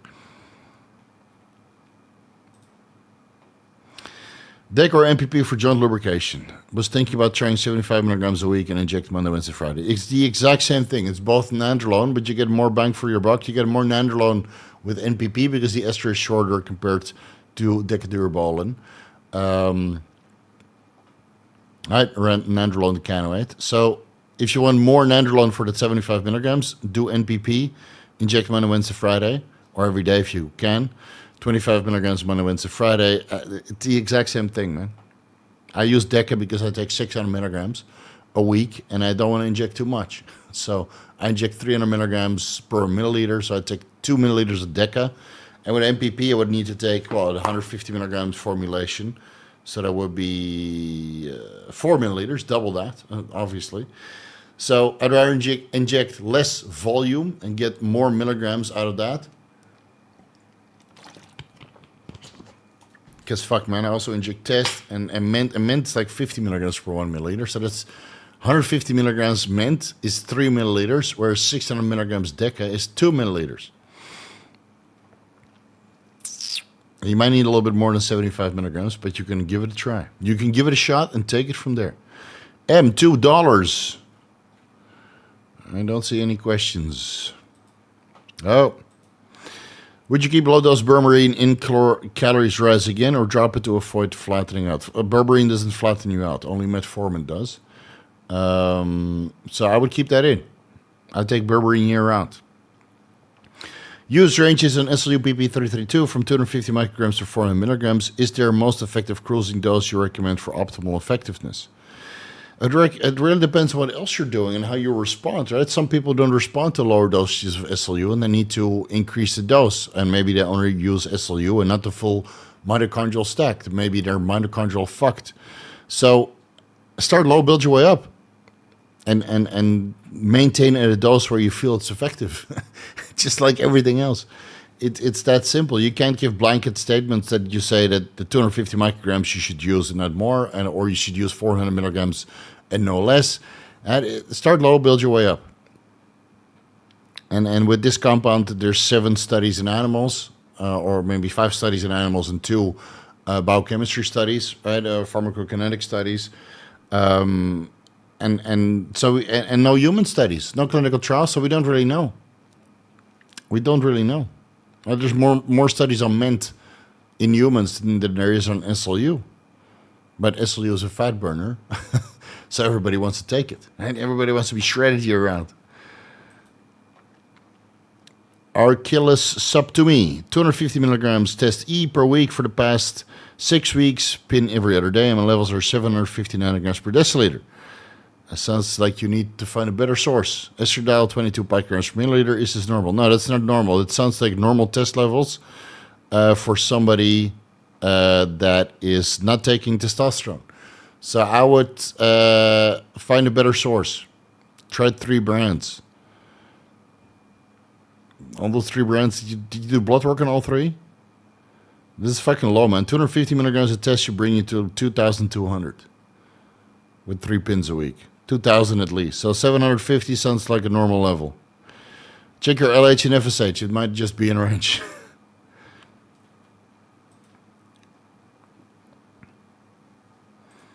Oh, it was from you? Are you sure?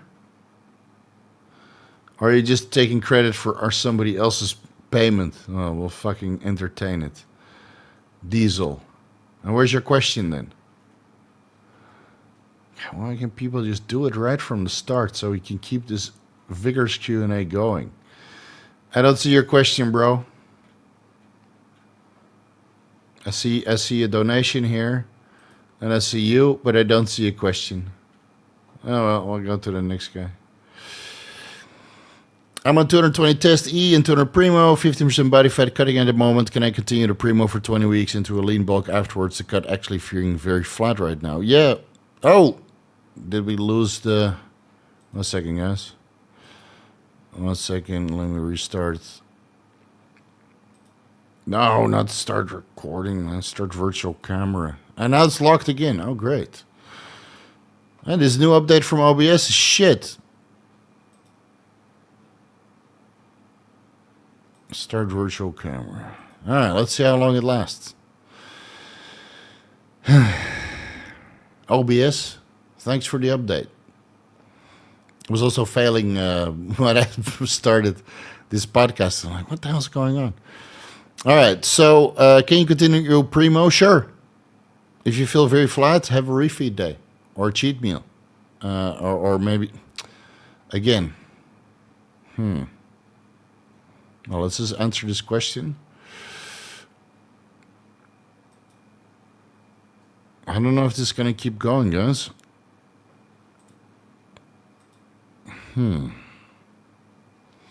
Let's see how long we can last. Otherwise, I might have to reboot or call it quits on this live stream.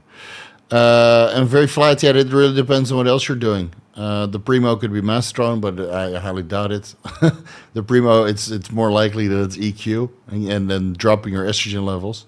So, yeah, I don't really know what you're doing dieting-wise, but if you're very flat, you can fix that with diet or GH and Anadrol. So, depends on what you want, man. Do you want more drugs or do you want more calories, making your fat loss journey slower? But a weekly refeed is usually fine. You can continue the primo for 20 weeks, no problem. I don't think that's an issue. You could run primo year-round. Let me see if all my wires are connected. All right, let's restart this.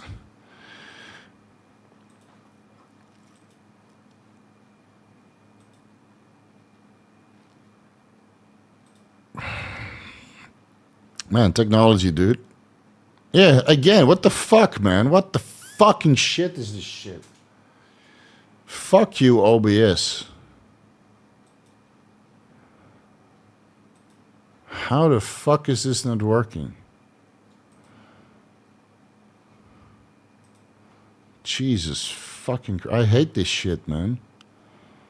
Oh, now it's not even connecting. Let me check my task manager. What the hell's going on?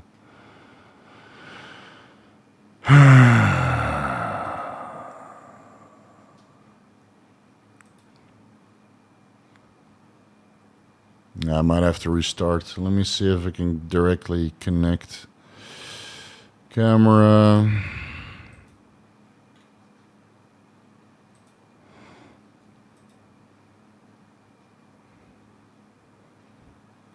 Yeah, something happened with OBS. I can't even get my camera to work now.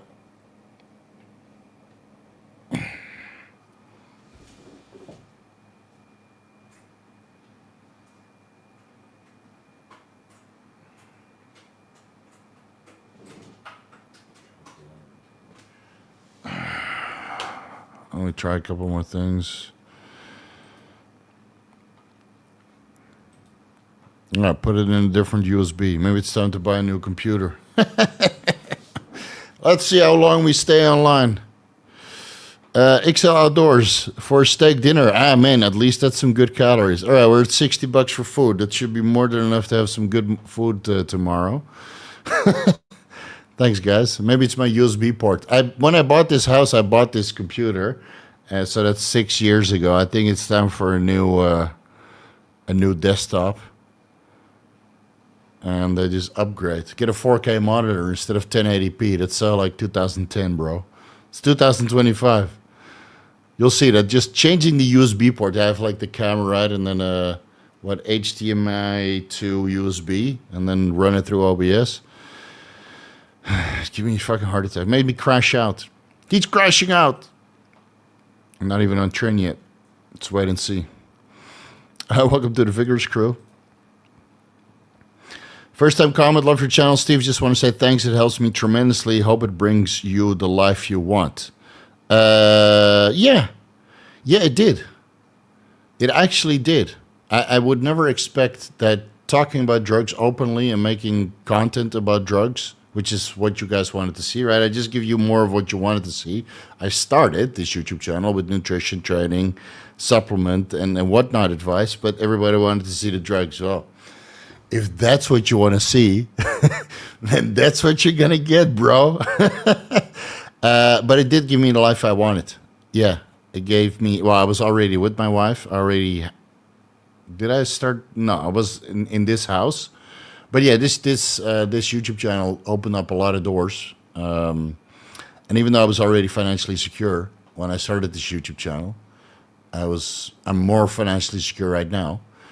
And that makes life very easy, man. It makes life very easy. Right? The YouTube channel brings you a lot of drama also.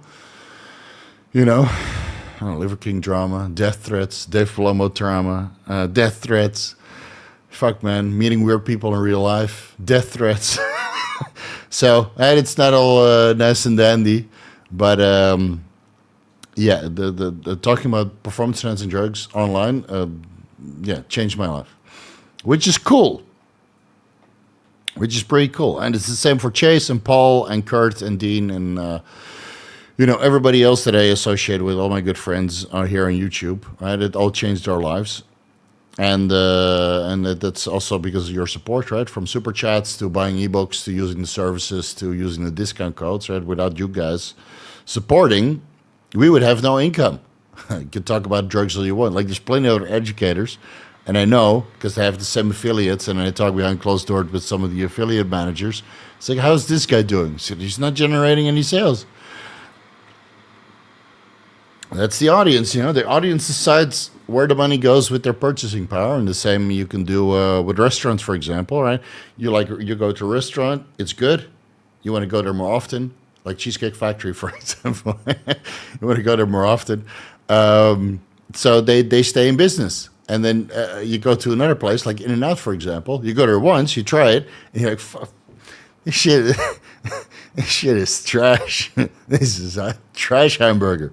So you don't go there again. Right? Will they go out of business? Probably not, because there's plenty of degenerates that still like to go to In-N-Out.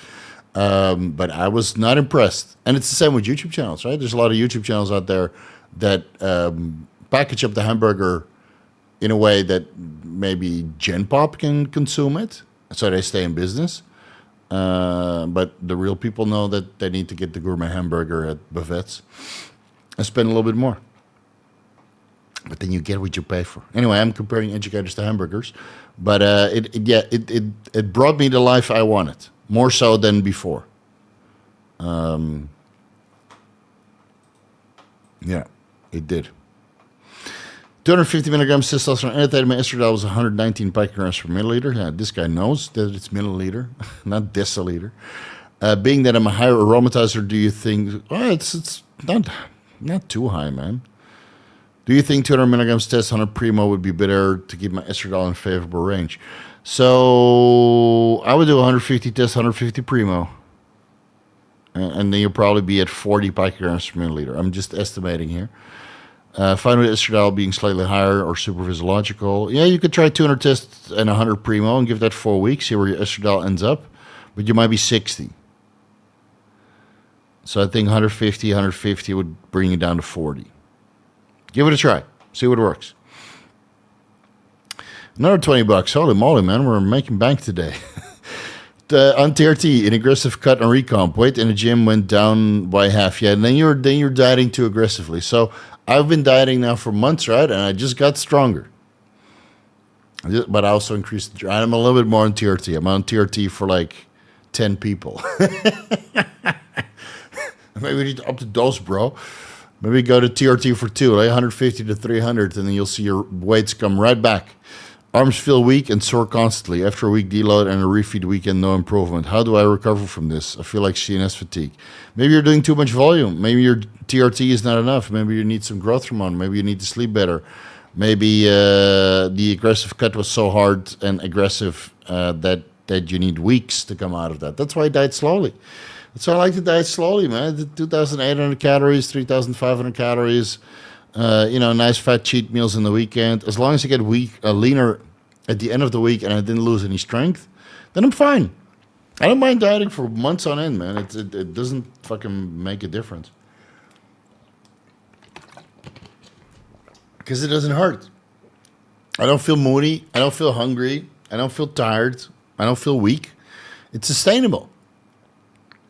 It's sustainable. You know? I'm still getting laid. Libido's still good. What was that? Spam.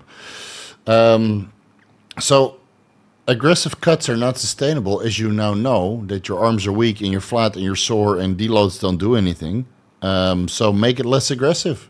Make it sustainable. Make it a lifestyle. And then at one point you wake up and you're fucking lean. And it didn't cost you any effort because you're doing this shit day in, day out. You know?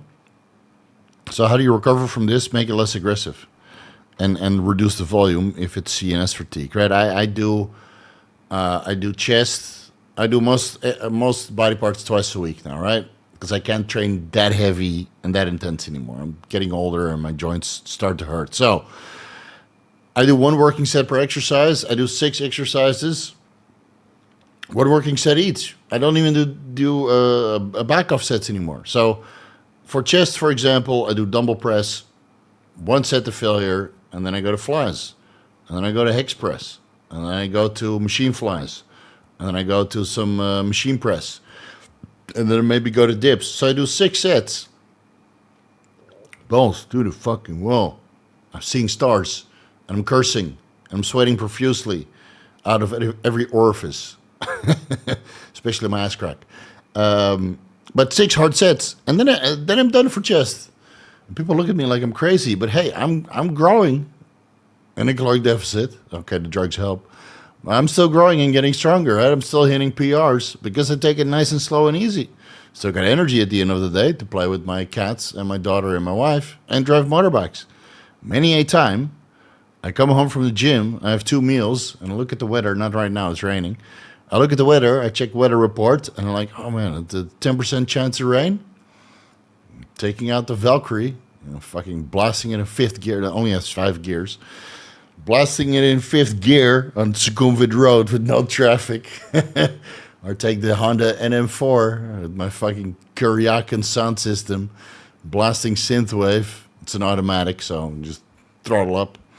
Or to take the DN01. Man, I picked up the DN01, talking about something. So I'll show you the picture. I got it wrapped. So instead of white, I made it, I don't know, what color is this? It's like tech wrap, so it's 2-tone. Let me see, is this flipping? Thank God the technical difficulties are... So this is the bike right now. You guys can see that, right? Where's the sharp? Here. So this is like red with highlights of orange, purple, and yellow. And then I just did all these chrome parts in the engine. I'm going to get that blacked out. And then I didn't realize this until I rode it home. And I wear these sunglasses, which are exactly the same color. The polarized sunglasses. So I turned my motorbike into a polarized motorbike. But the problem is this bike is so old, and it probably had some water damage. So I think the fuel pump failed on me halfway home. So I could start it, but I couldn't put it in gear. So I had to U-haul this just after I'd done the wrapping, man. Fuck, so annoying. So I had to U-haul this, wait for the U-haul an hour. But anyway, I'm dieting, and I'm full with energy, and I'm not angry that my motorbike failed on me, and that's why it's sustainable. I can diet for months, and it's not a big deal. What was the highest record serum testosterone, free testosterone during your fertility protocol? I think 900. Free testosterone I don't really look at. I think 900 nanograms per deciliter on 1,000 IUs HCG 3 times per week. Yeah. Yeah, and when I'm off cycle, I'm about 600. 620. Yeah. So I don't need TRT. Need a mod. Yeah, let's make you a mod. You're always here, dude, and you love mint, just like me. So I'm gonna make you a mod, but don't ban too many people, right? Don't ban all of them. I still need like, 280 people now. Do we have at least 280 likes?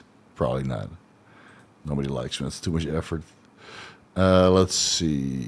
View on YouTube. Mute it. Scroll up. Augmented athlete. Where are you?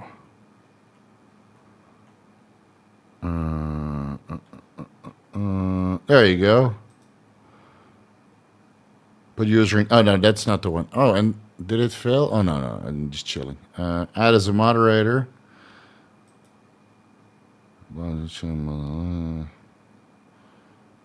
there you go. Save, standard moderator. You know, and Anthony is always here. Where's Anthony? Joshua, you're a mod. Because you like Star Trek. And where's Anthony? Fuck, where's Anthony, dude?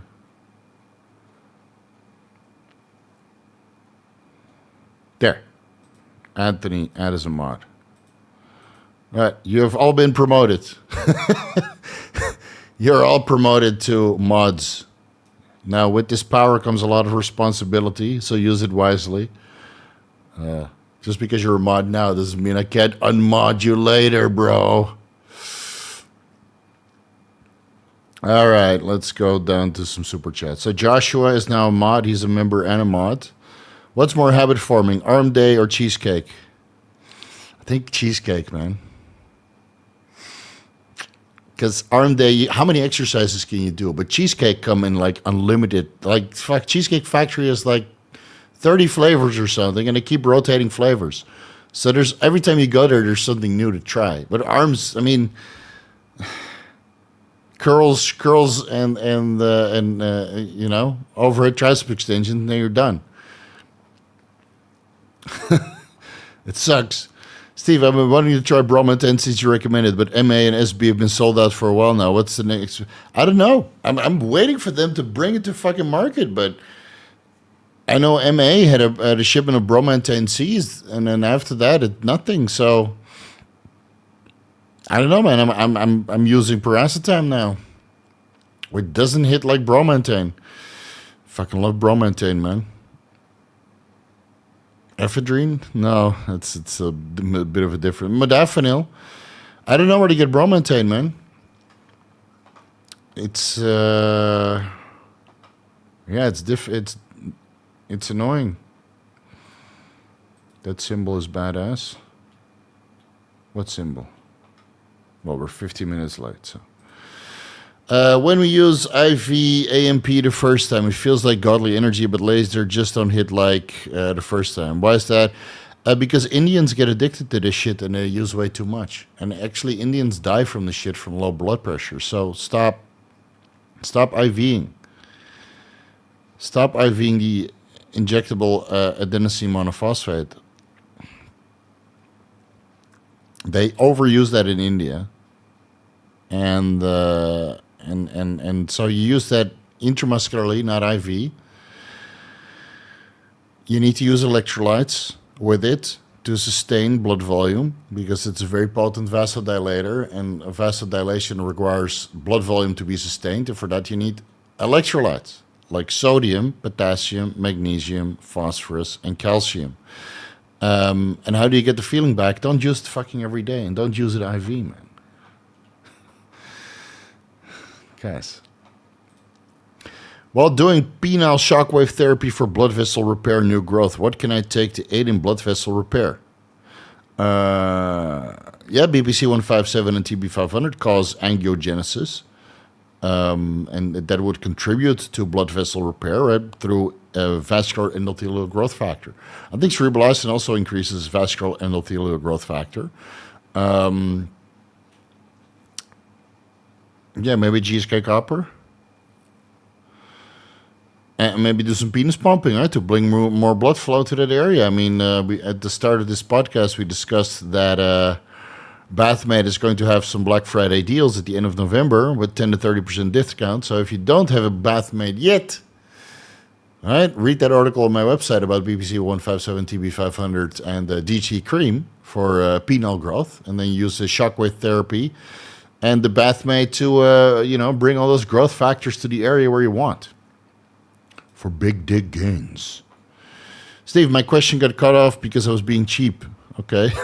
Is there anything you recommend I can add into expedite getting to 10% body fat from 30% body fat? Retatrutide, 1 milligram MOTS-c, 7 milligrams methylene blue, daily fasted cardio. Fat burners and time. It just takes time. It takes time because if you do it super fast, you're going to be moody, you're going to be tired, you're going to lose your libido, you're going to cheat on your diet, even on retatrutide. And then you have stubborn body fat areas that you don't get rid of. So 30% to 10% takes 6 months. Just adopt it into a lifestyle where it doesn't phase you, like I'm doing. It might take you 9 months to. And just live the lifestyle, and at one point you're 10% body fat. And then you look at your journey of the last 6 to 9 months. You're like, fuck, man, it didn't cost me. I didn't break a sweat. I got stronger. I got leaner. Okay, I had to use some drugs to keep my energy levels up and my appetite suppression down, right? Or appetite down. But it didn't phase me. So fat loss should be slow and steady and sustainable, not fast. Because fast ultimately means that you use too much drugs, which makes you sick. And then you come off the drugs and then you rebound, or you cheat too often and you have stubborn body fat areas, right? You can't get your lower back lean, or your lower chest lean, or your ass lean, or your hamstrings lean.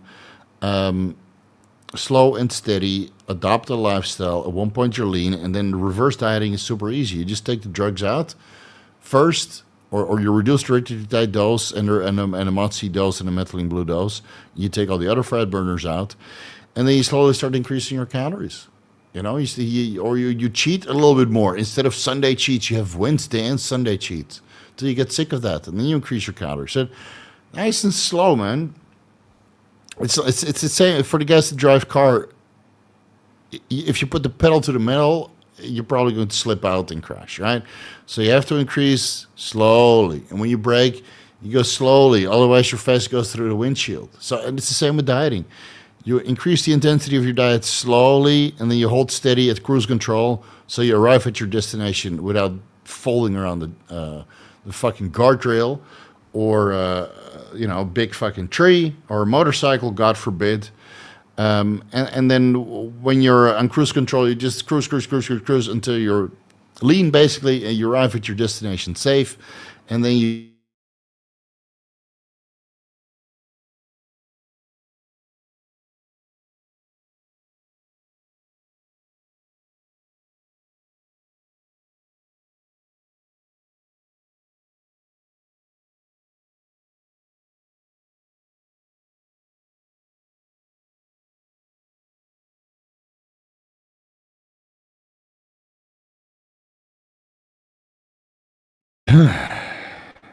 well, all kinds of technical difficulties today. This is why I have two internet lines. I have AIS and True. That's here in Thailand. So the landline is AIS that just fell out, and then True is on the Wi-Fi. Yeah, AIS, I don't have any internet. That's what happened when it rains in Thailand. And it's still a third world country. So besides OBS failing me, the internet is failing me also. I'm doing the best I can with the limited, technological capabilities I have. All right. Here we are. Next one. Good morning, Steve. I know hair loss isn't your area of expertise, but with your time in the industry, have you heard any reports of RU558 being toxic to cats and dogs? No, never heard that. I know people using several milligrams topically to great success as a topical androgen. But again, anything topical like androgens or anti-androgens could transfer to your kids, your pets, your significant other, because it doesn't 100% absorb transdermally. So there are risks with transdermal stuff.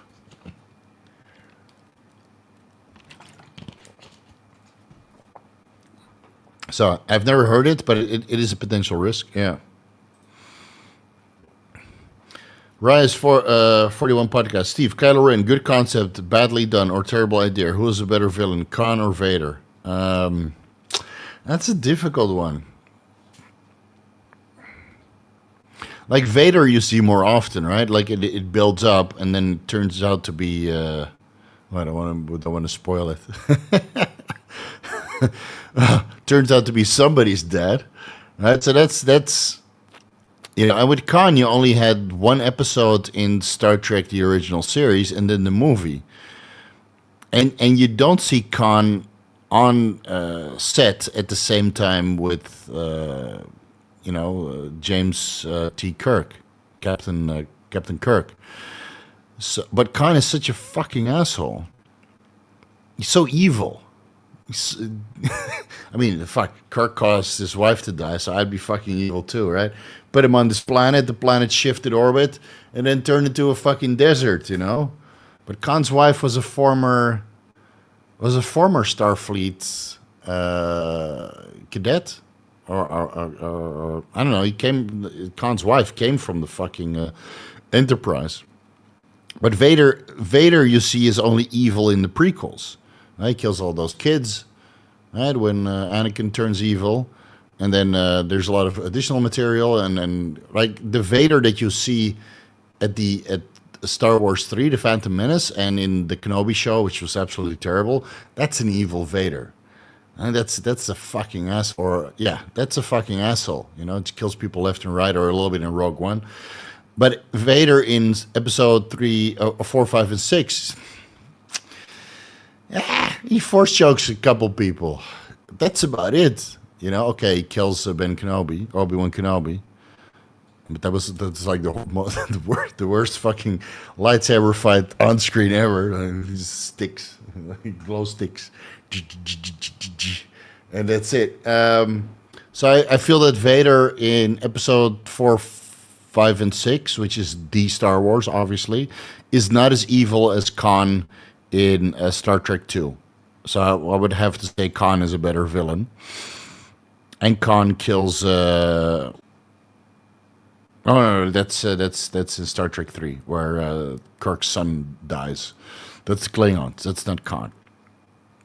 So I would say Khan is a worse villain. But if you put everything together, all the material, then Vader is a better villain. Yeah, and Kylo Ren, it's just shit, man.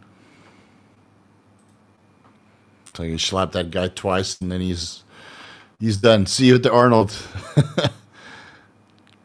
Do you think Primo will ever become readily available again, or is there? I don't know, man. Ask the Chinese people who brew that shit. I have no idea, but I think eventually it will be back. When, how, when, in what capacity? I don't know. Is cranial growth avoidable or inevitable with growth hormone? I mean, if you take enough of it, it will grow. Is it permanent? I don't know. Does my head look bigger? It sure does. But every time I come off cycle, my head grows smaller. And my camera is a little bit higher than it used to be. Normally it was like here, and now it's like, I don't know, 3 inches higher. So maybe my head looks, that's why it's closer to the camera. That's why it looks so fucking huge. But yeah, the Deca, this is not helping either. I like Deep Space Nine. Yes. My wife is still not cool with calling my son Kronos. I'm still going to call him Kronos, even though it's not on the birth certificate. Star Trek Discovery is abbreviated to STD for a reason. Yeah. That's like the worst Star Trek. That's not my Star Trek. I like the Strange New Worlds, though. I think it was good. Like episodic. Every episode is just new, something new story. And believe it or not, I did like that season. What was it, season 2, where they are all singing as communication, and the Klingons are rapping in gold outfits. I thought it was pretty cool. Would using telmisartan with cardarine make cardarine work better, since telmisartan upregulates PPAR? Or just boost cancer risk? Well, that's different receptors, right? So PPR delta and gamma. But they go well together regarding fat loss, even though telmisartan's fat loss is exaggerated and pills in comparison with cardarine, you might get 0.5% more, which in the net outcome of a 9-month diet might be the difference between 9% or 8.5%. Cancer risk, yeah, that I don't know. You have to take a lot of cardarine to get cancer. So, all right, we've been 2 hours in. Let me go a quick pee break, and then we'll go 30 minutes, and then we'll call in the towel. But I have almost had this full bottle of water, and it's time to urinate. So give me a second, guys. Mute.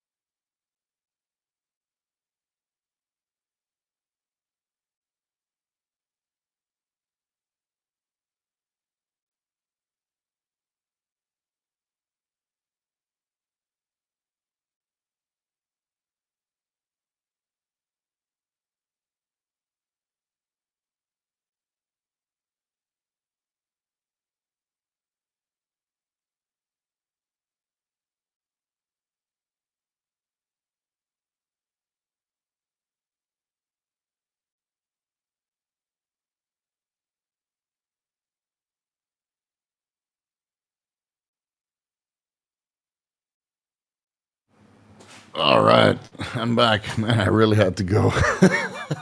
I was pissing for like 2 minutes straight. Let's see. I'm a model. Can you give me a short run through how to use LASIK in a safe way? Helps with lean face. 40 milligrams the day before the photo shoot. But if you do daily photo shoots, then it's obviously not very sustainable. That's it. 40 milligrams before bed. You could sleep with your feet a little bit elevated so you're sloped, so more of the lower body water gets dispersed into the kidneys and you pee that out. So you can put the foot end of your bed on Bibles if you stay in a motel, or on bricks, you know. Yeah, Bible is probably the thickest. Right? You got the Old and New Testament, so it's a lot of pages. And then anything Jews and Muslims, it's probably less pages. So you either want to be on bricks or Christian Bibles. If you got two copies, so politically incorrect, so insensitive, Steve. But hey, man, those are usually the easiest that's available. And otherwise, you put bricks on the foot end of your bed. You take your Lasix, and then you go sleep, and then you wake up lean. I mean, maybe I should take a LASIK, get a lean face. But, you know, maintaining your body fat levels low gives you a lean face too. The only reason why I don't have a lean face is because I don't diet hard and super hard. And I'm on fucking Deca. And it's fucking 2 o'clock in the morning, so that's 2 hours before bedtime. So that's the end of the day. That's probably your 10 o'clock if you go to bed at 12. You hold a little bit more water, man. This is part of the game. You know, and I'm off the market, so, you know. It's a lot of face to sit on. Hey. Yeah, what if it sit on a lean face, and then you got those fucking cheekbones pressing against your adductors. It's not very hot, man. You want to have a little bit of padding there. Yeah, Joshua makes a good point. Vader died a hero. Yeah, he got you know, he tried to save his son, obviously, from the Emperor, but Khan died a fucking villain. It was very enjoyable to watch Khan die. He's such a fucking asshole. You know, just like the prince or who turned king in the Game of Thrones. Like that actor that didn't do anything for 7 years and now is finally getting back into acting. Fuck, that guy was such a shithead, you know? You really, when he died and he got poisoned, it's like, yes, fucking bitch. Take that.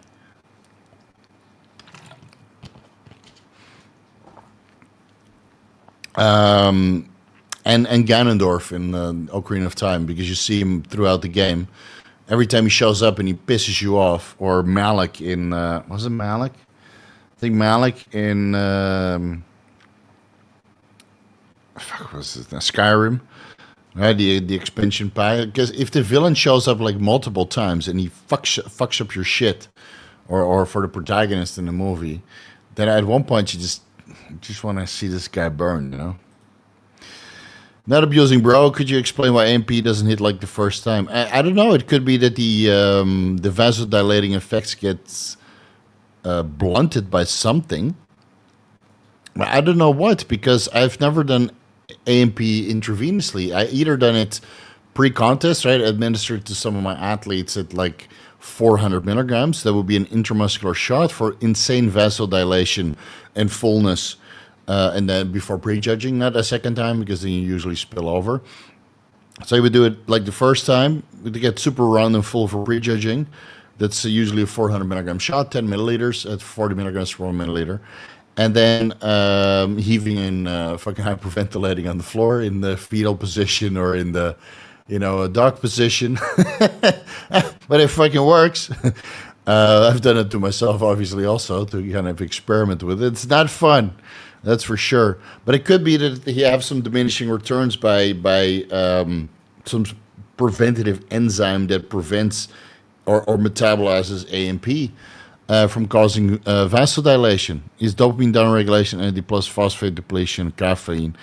Now, it could be that you just create some enzymes that break down AMP, because AMP is broken down quite rapidly. So maybe there's some upregulation there.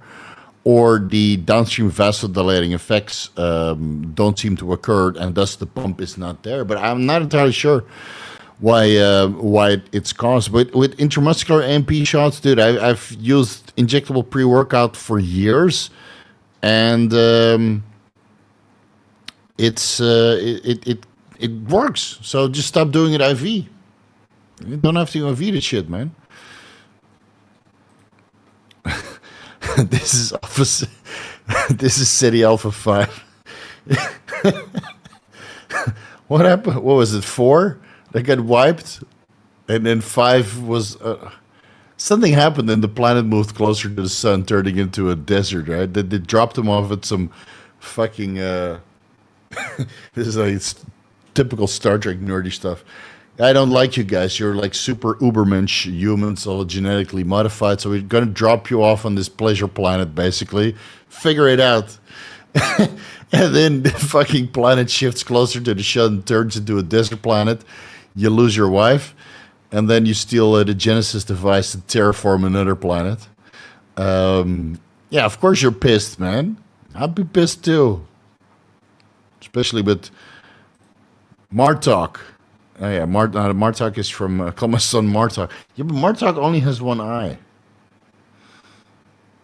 and he needed Worf to fucking turn him into an emperor. So I'd rather call my son Worf, but then it would be weird. Like Jadzia was married to Worf, so Kronos is cool because it could be the planet of the Klingons, but it could also be one of those gods, ate all their children.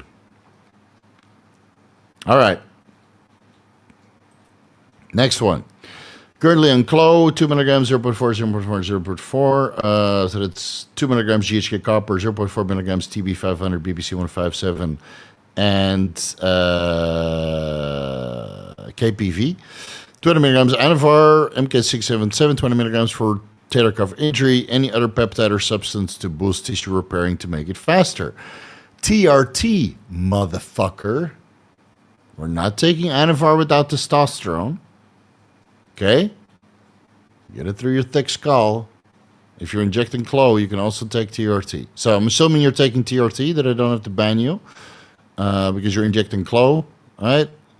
So I'm assuming you're on TRT.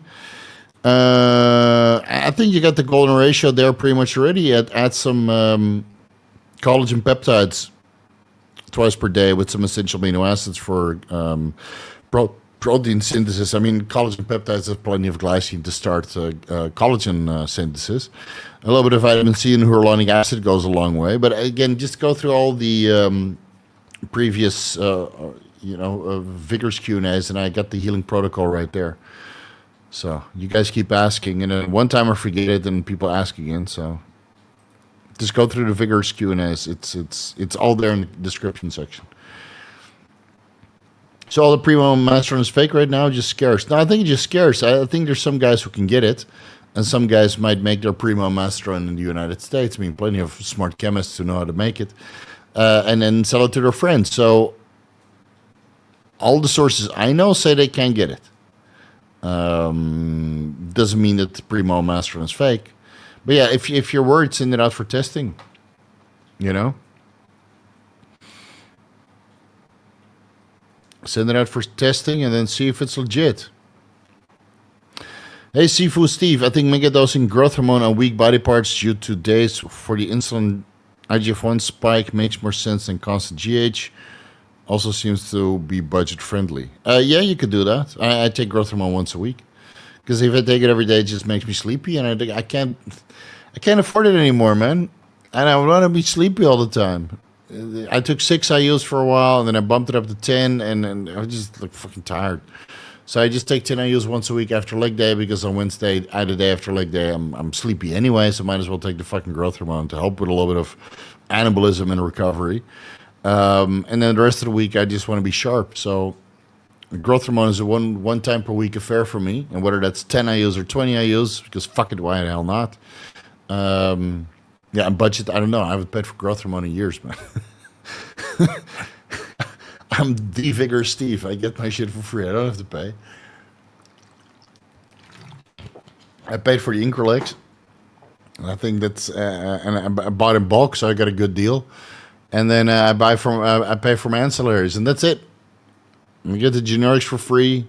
I'm running free generics or spending $4 or $3.50 for pharma. I just use generics, man. I'm not competing. Fuck it.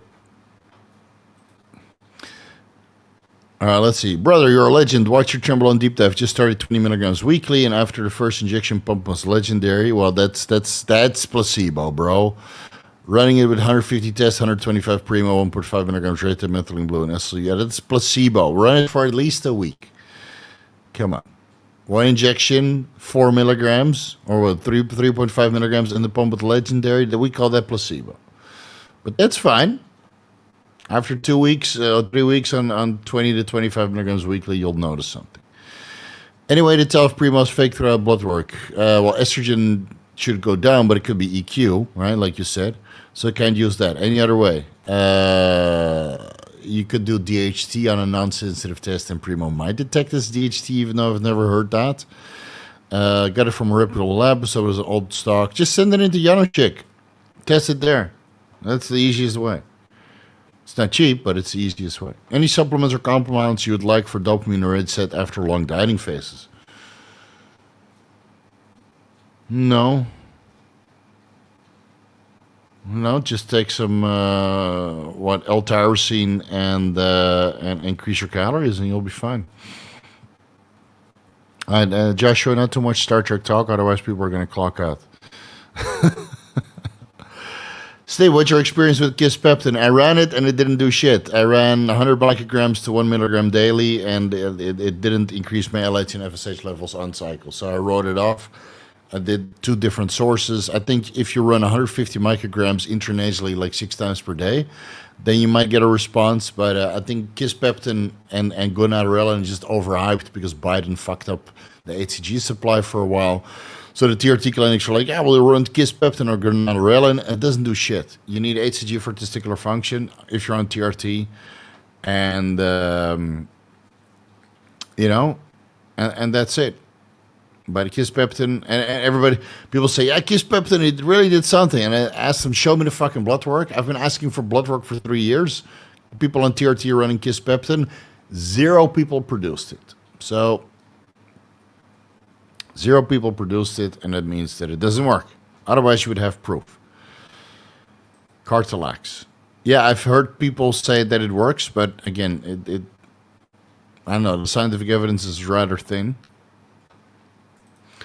I wish Tren worked immediately at 4 milligrams daily, 150 milligrams daily, yes. yeah, if you inject 1.5 cc's of Tren, and you'll feel it right away, or 50 milligrams Trenbolone suspension, That's raging MPRs right away, but you know, yeah, pentosan polysulfate for joint pain. So I bought some veterinary grade, and the post-injection pain was absolutely insane. But dude, 2 or 3 shots, and then I threw it in the trash because I couldn't stop. I couldn't tolerate the post-injection pain. But 2 or 3 shots, and my joints felt a lot better. Yeah. So I asked some of the sources to brew it, but nothing with pentosan polysulfate in there yet. I'm on TRT, 150 milligrams split 3 times a week. Total testosterone 600, free T 200, SCBU 16, estriol 14. Just test fine for my first. Seems low. Seems low, but if you're a little bit higher body weight, then it could be correct. Go to 200. See if that brings you to 800 or 900 nanograms per deciliter. And more tests obviously means that your estradiol is going to go high and sustain your SHBG. Unless your thyroid function is low, then thyroid function and thyroid and estradiol increase SHBG levels, and androgens, growth hormone, and insulin lower it. I have a video on SHBG. Give it a watch. Is just test fine for my first blast. Yeah, man, just slowly start increasing it until you need an aromatase inhibitor and or want to dabble with other stuff, because eventually you would like to dabble with some Tren or Primo or Deca or whatever, But yeah, I have an ebook on blasting with test only up until 2.5 grams, and sold well. It's on permanent discount because it's a little bit old, but it's the information in there is still valid. So instead of super chatting, just give that ebook a read. Bioidentical, off-season cycles with bioidentical hormones. It will tell you everything you need to know to ramp up the test dose to grams upon grams. You still take fluvoxamine? Yes, 50 milligrams a day before bed. I will take some after this podcast. Steve, do you safely administer water-based compounds through intramuscular, or how do you avoid inflammation, post-injection pain, abscess in rare cases? We use IV because we fear intramuscular abscess. Isn't injectable AMP in India pharmaceutical grade? I don't see how you can get an abscess. I used water-based Winstrol subcutaneously or intramuscularly. Never had an issue besides post-injection pain. But abscesses, if you shower and you practice safe and sterile injection techniques by using alcohol swabs and letting that dry, then you shouldn't get an abscess. You can only get an abscess from bunk gear that isn't brewed properly. And I'd rather have you use water-based compounds rather fast than repeatedly use it over and over and over and over and over again, where some of the pollutants or bacteria can get into the vial that you're piercing, and then it literally growing in there, feeding on the protein peptide chains that are within. So, I don't know. Inflammation you're going to have.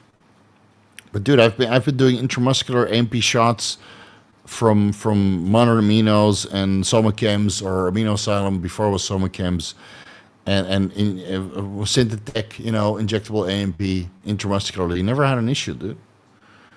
Never had an issue.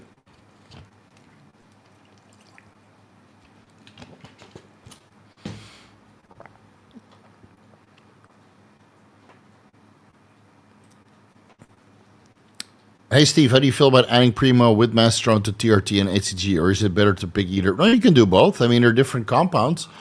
You could do both. TRT, 200 milligrams of Primo, 100 milligrams of Masteron, and then 500 IOs HCG 3 times a week.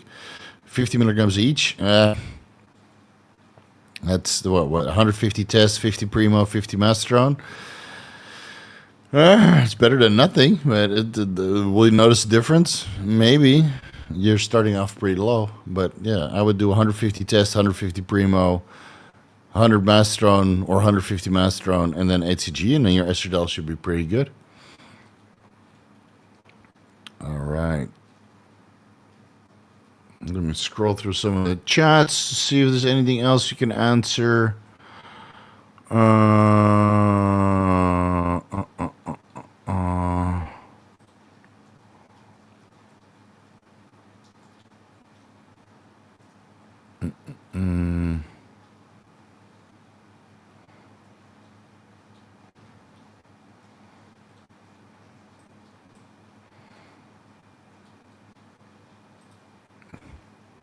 from AMP to get that limited energy, even though intramuscular administration, because the first time I took AMP, everybody responded godlike on the first dose.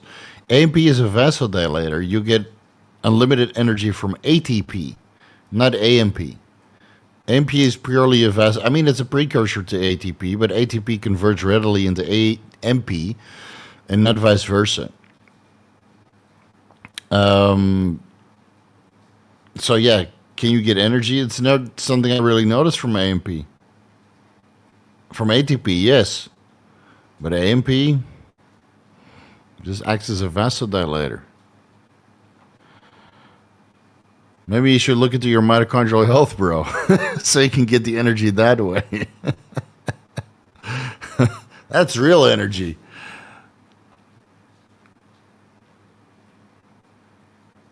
All right, guys, I think we're pretty much done for this Vigorous Q&A. 40 people already logged off, or maybe the new moderators started banning a lot of people. I'm not sure. But it's 2:20 in the morning, and it's been a long day. A lot of super chats, though, today. Sorry for all the guys that I didn't read, but super chats and member questions get priority. And I guess nobody lingered long enough to... What are some anti-inflammatories that I can take as I get frequent sinus infections? Currently taking Glow, Thymosin Alpha-1. Anything else you'd recommend? I wouldn't be on anti-inflammatories 24/7. I would buy some sort of filter system. That's what I have. I have these air filters. So the particles per million are low and they're antimicrobial, antibacterial.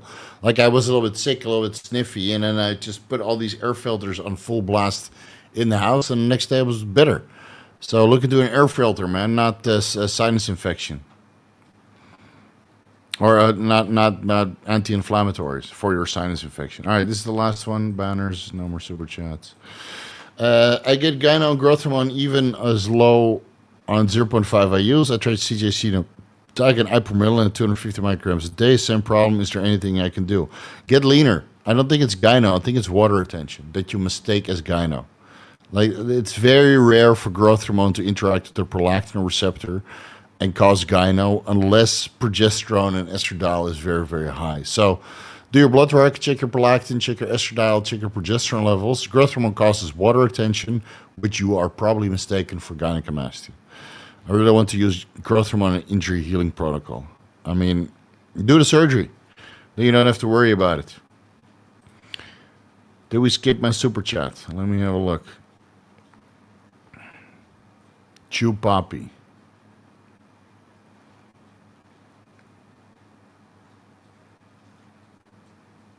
I don't see your super chat, bro.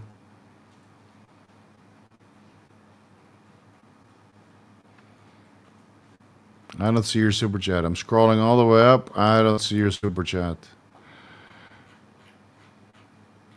So.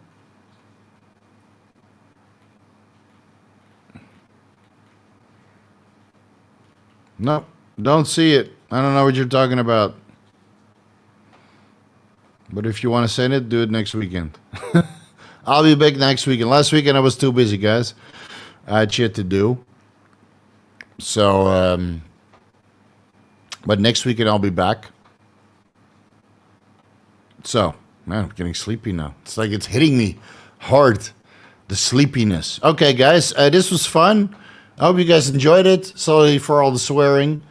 But hey, that's the Vigorous Q&A, man. You never know what you're going to get besides some dad jokes and drug talk. All right, guys, enjoy your weekend. I have $60 to spend on Cheesecake. So if I look fucking bloated next weekend, then it's always your fault, right? You send me the money and I eat the food, and that's why I'm never lean. I'm lean here. Yeah, look at this shit. What the fuck, dude? This dick skin. Yeah. Shredded triceps. Look at this. Look at that. Look at this. Need some cheesecake to fill that up. What is this? Mosquito bite? Look at this forearm. This is on Deca. Why is everything shredded but my face? Yeah, this isn't even in. Okay, this is not shredded yet. But it's coming off the bone. I post a picture with my daughter and everybody's shocked how big I am. At least it's better than being small in real life. All right, guys, enjoy your weekend. We'll see you in the next one. Peace out.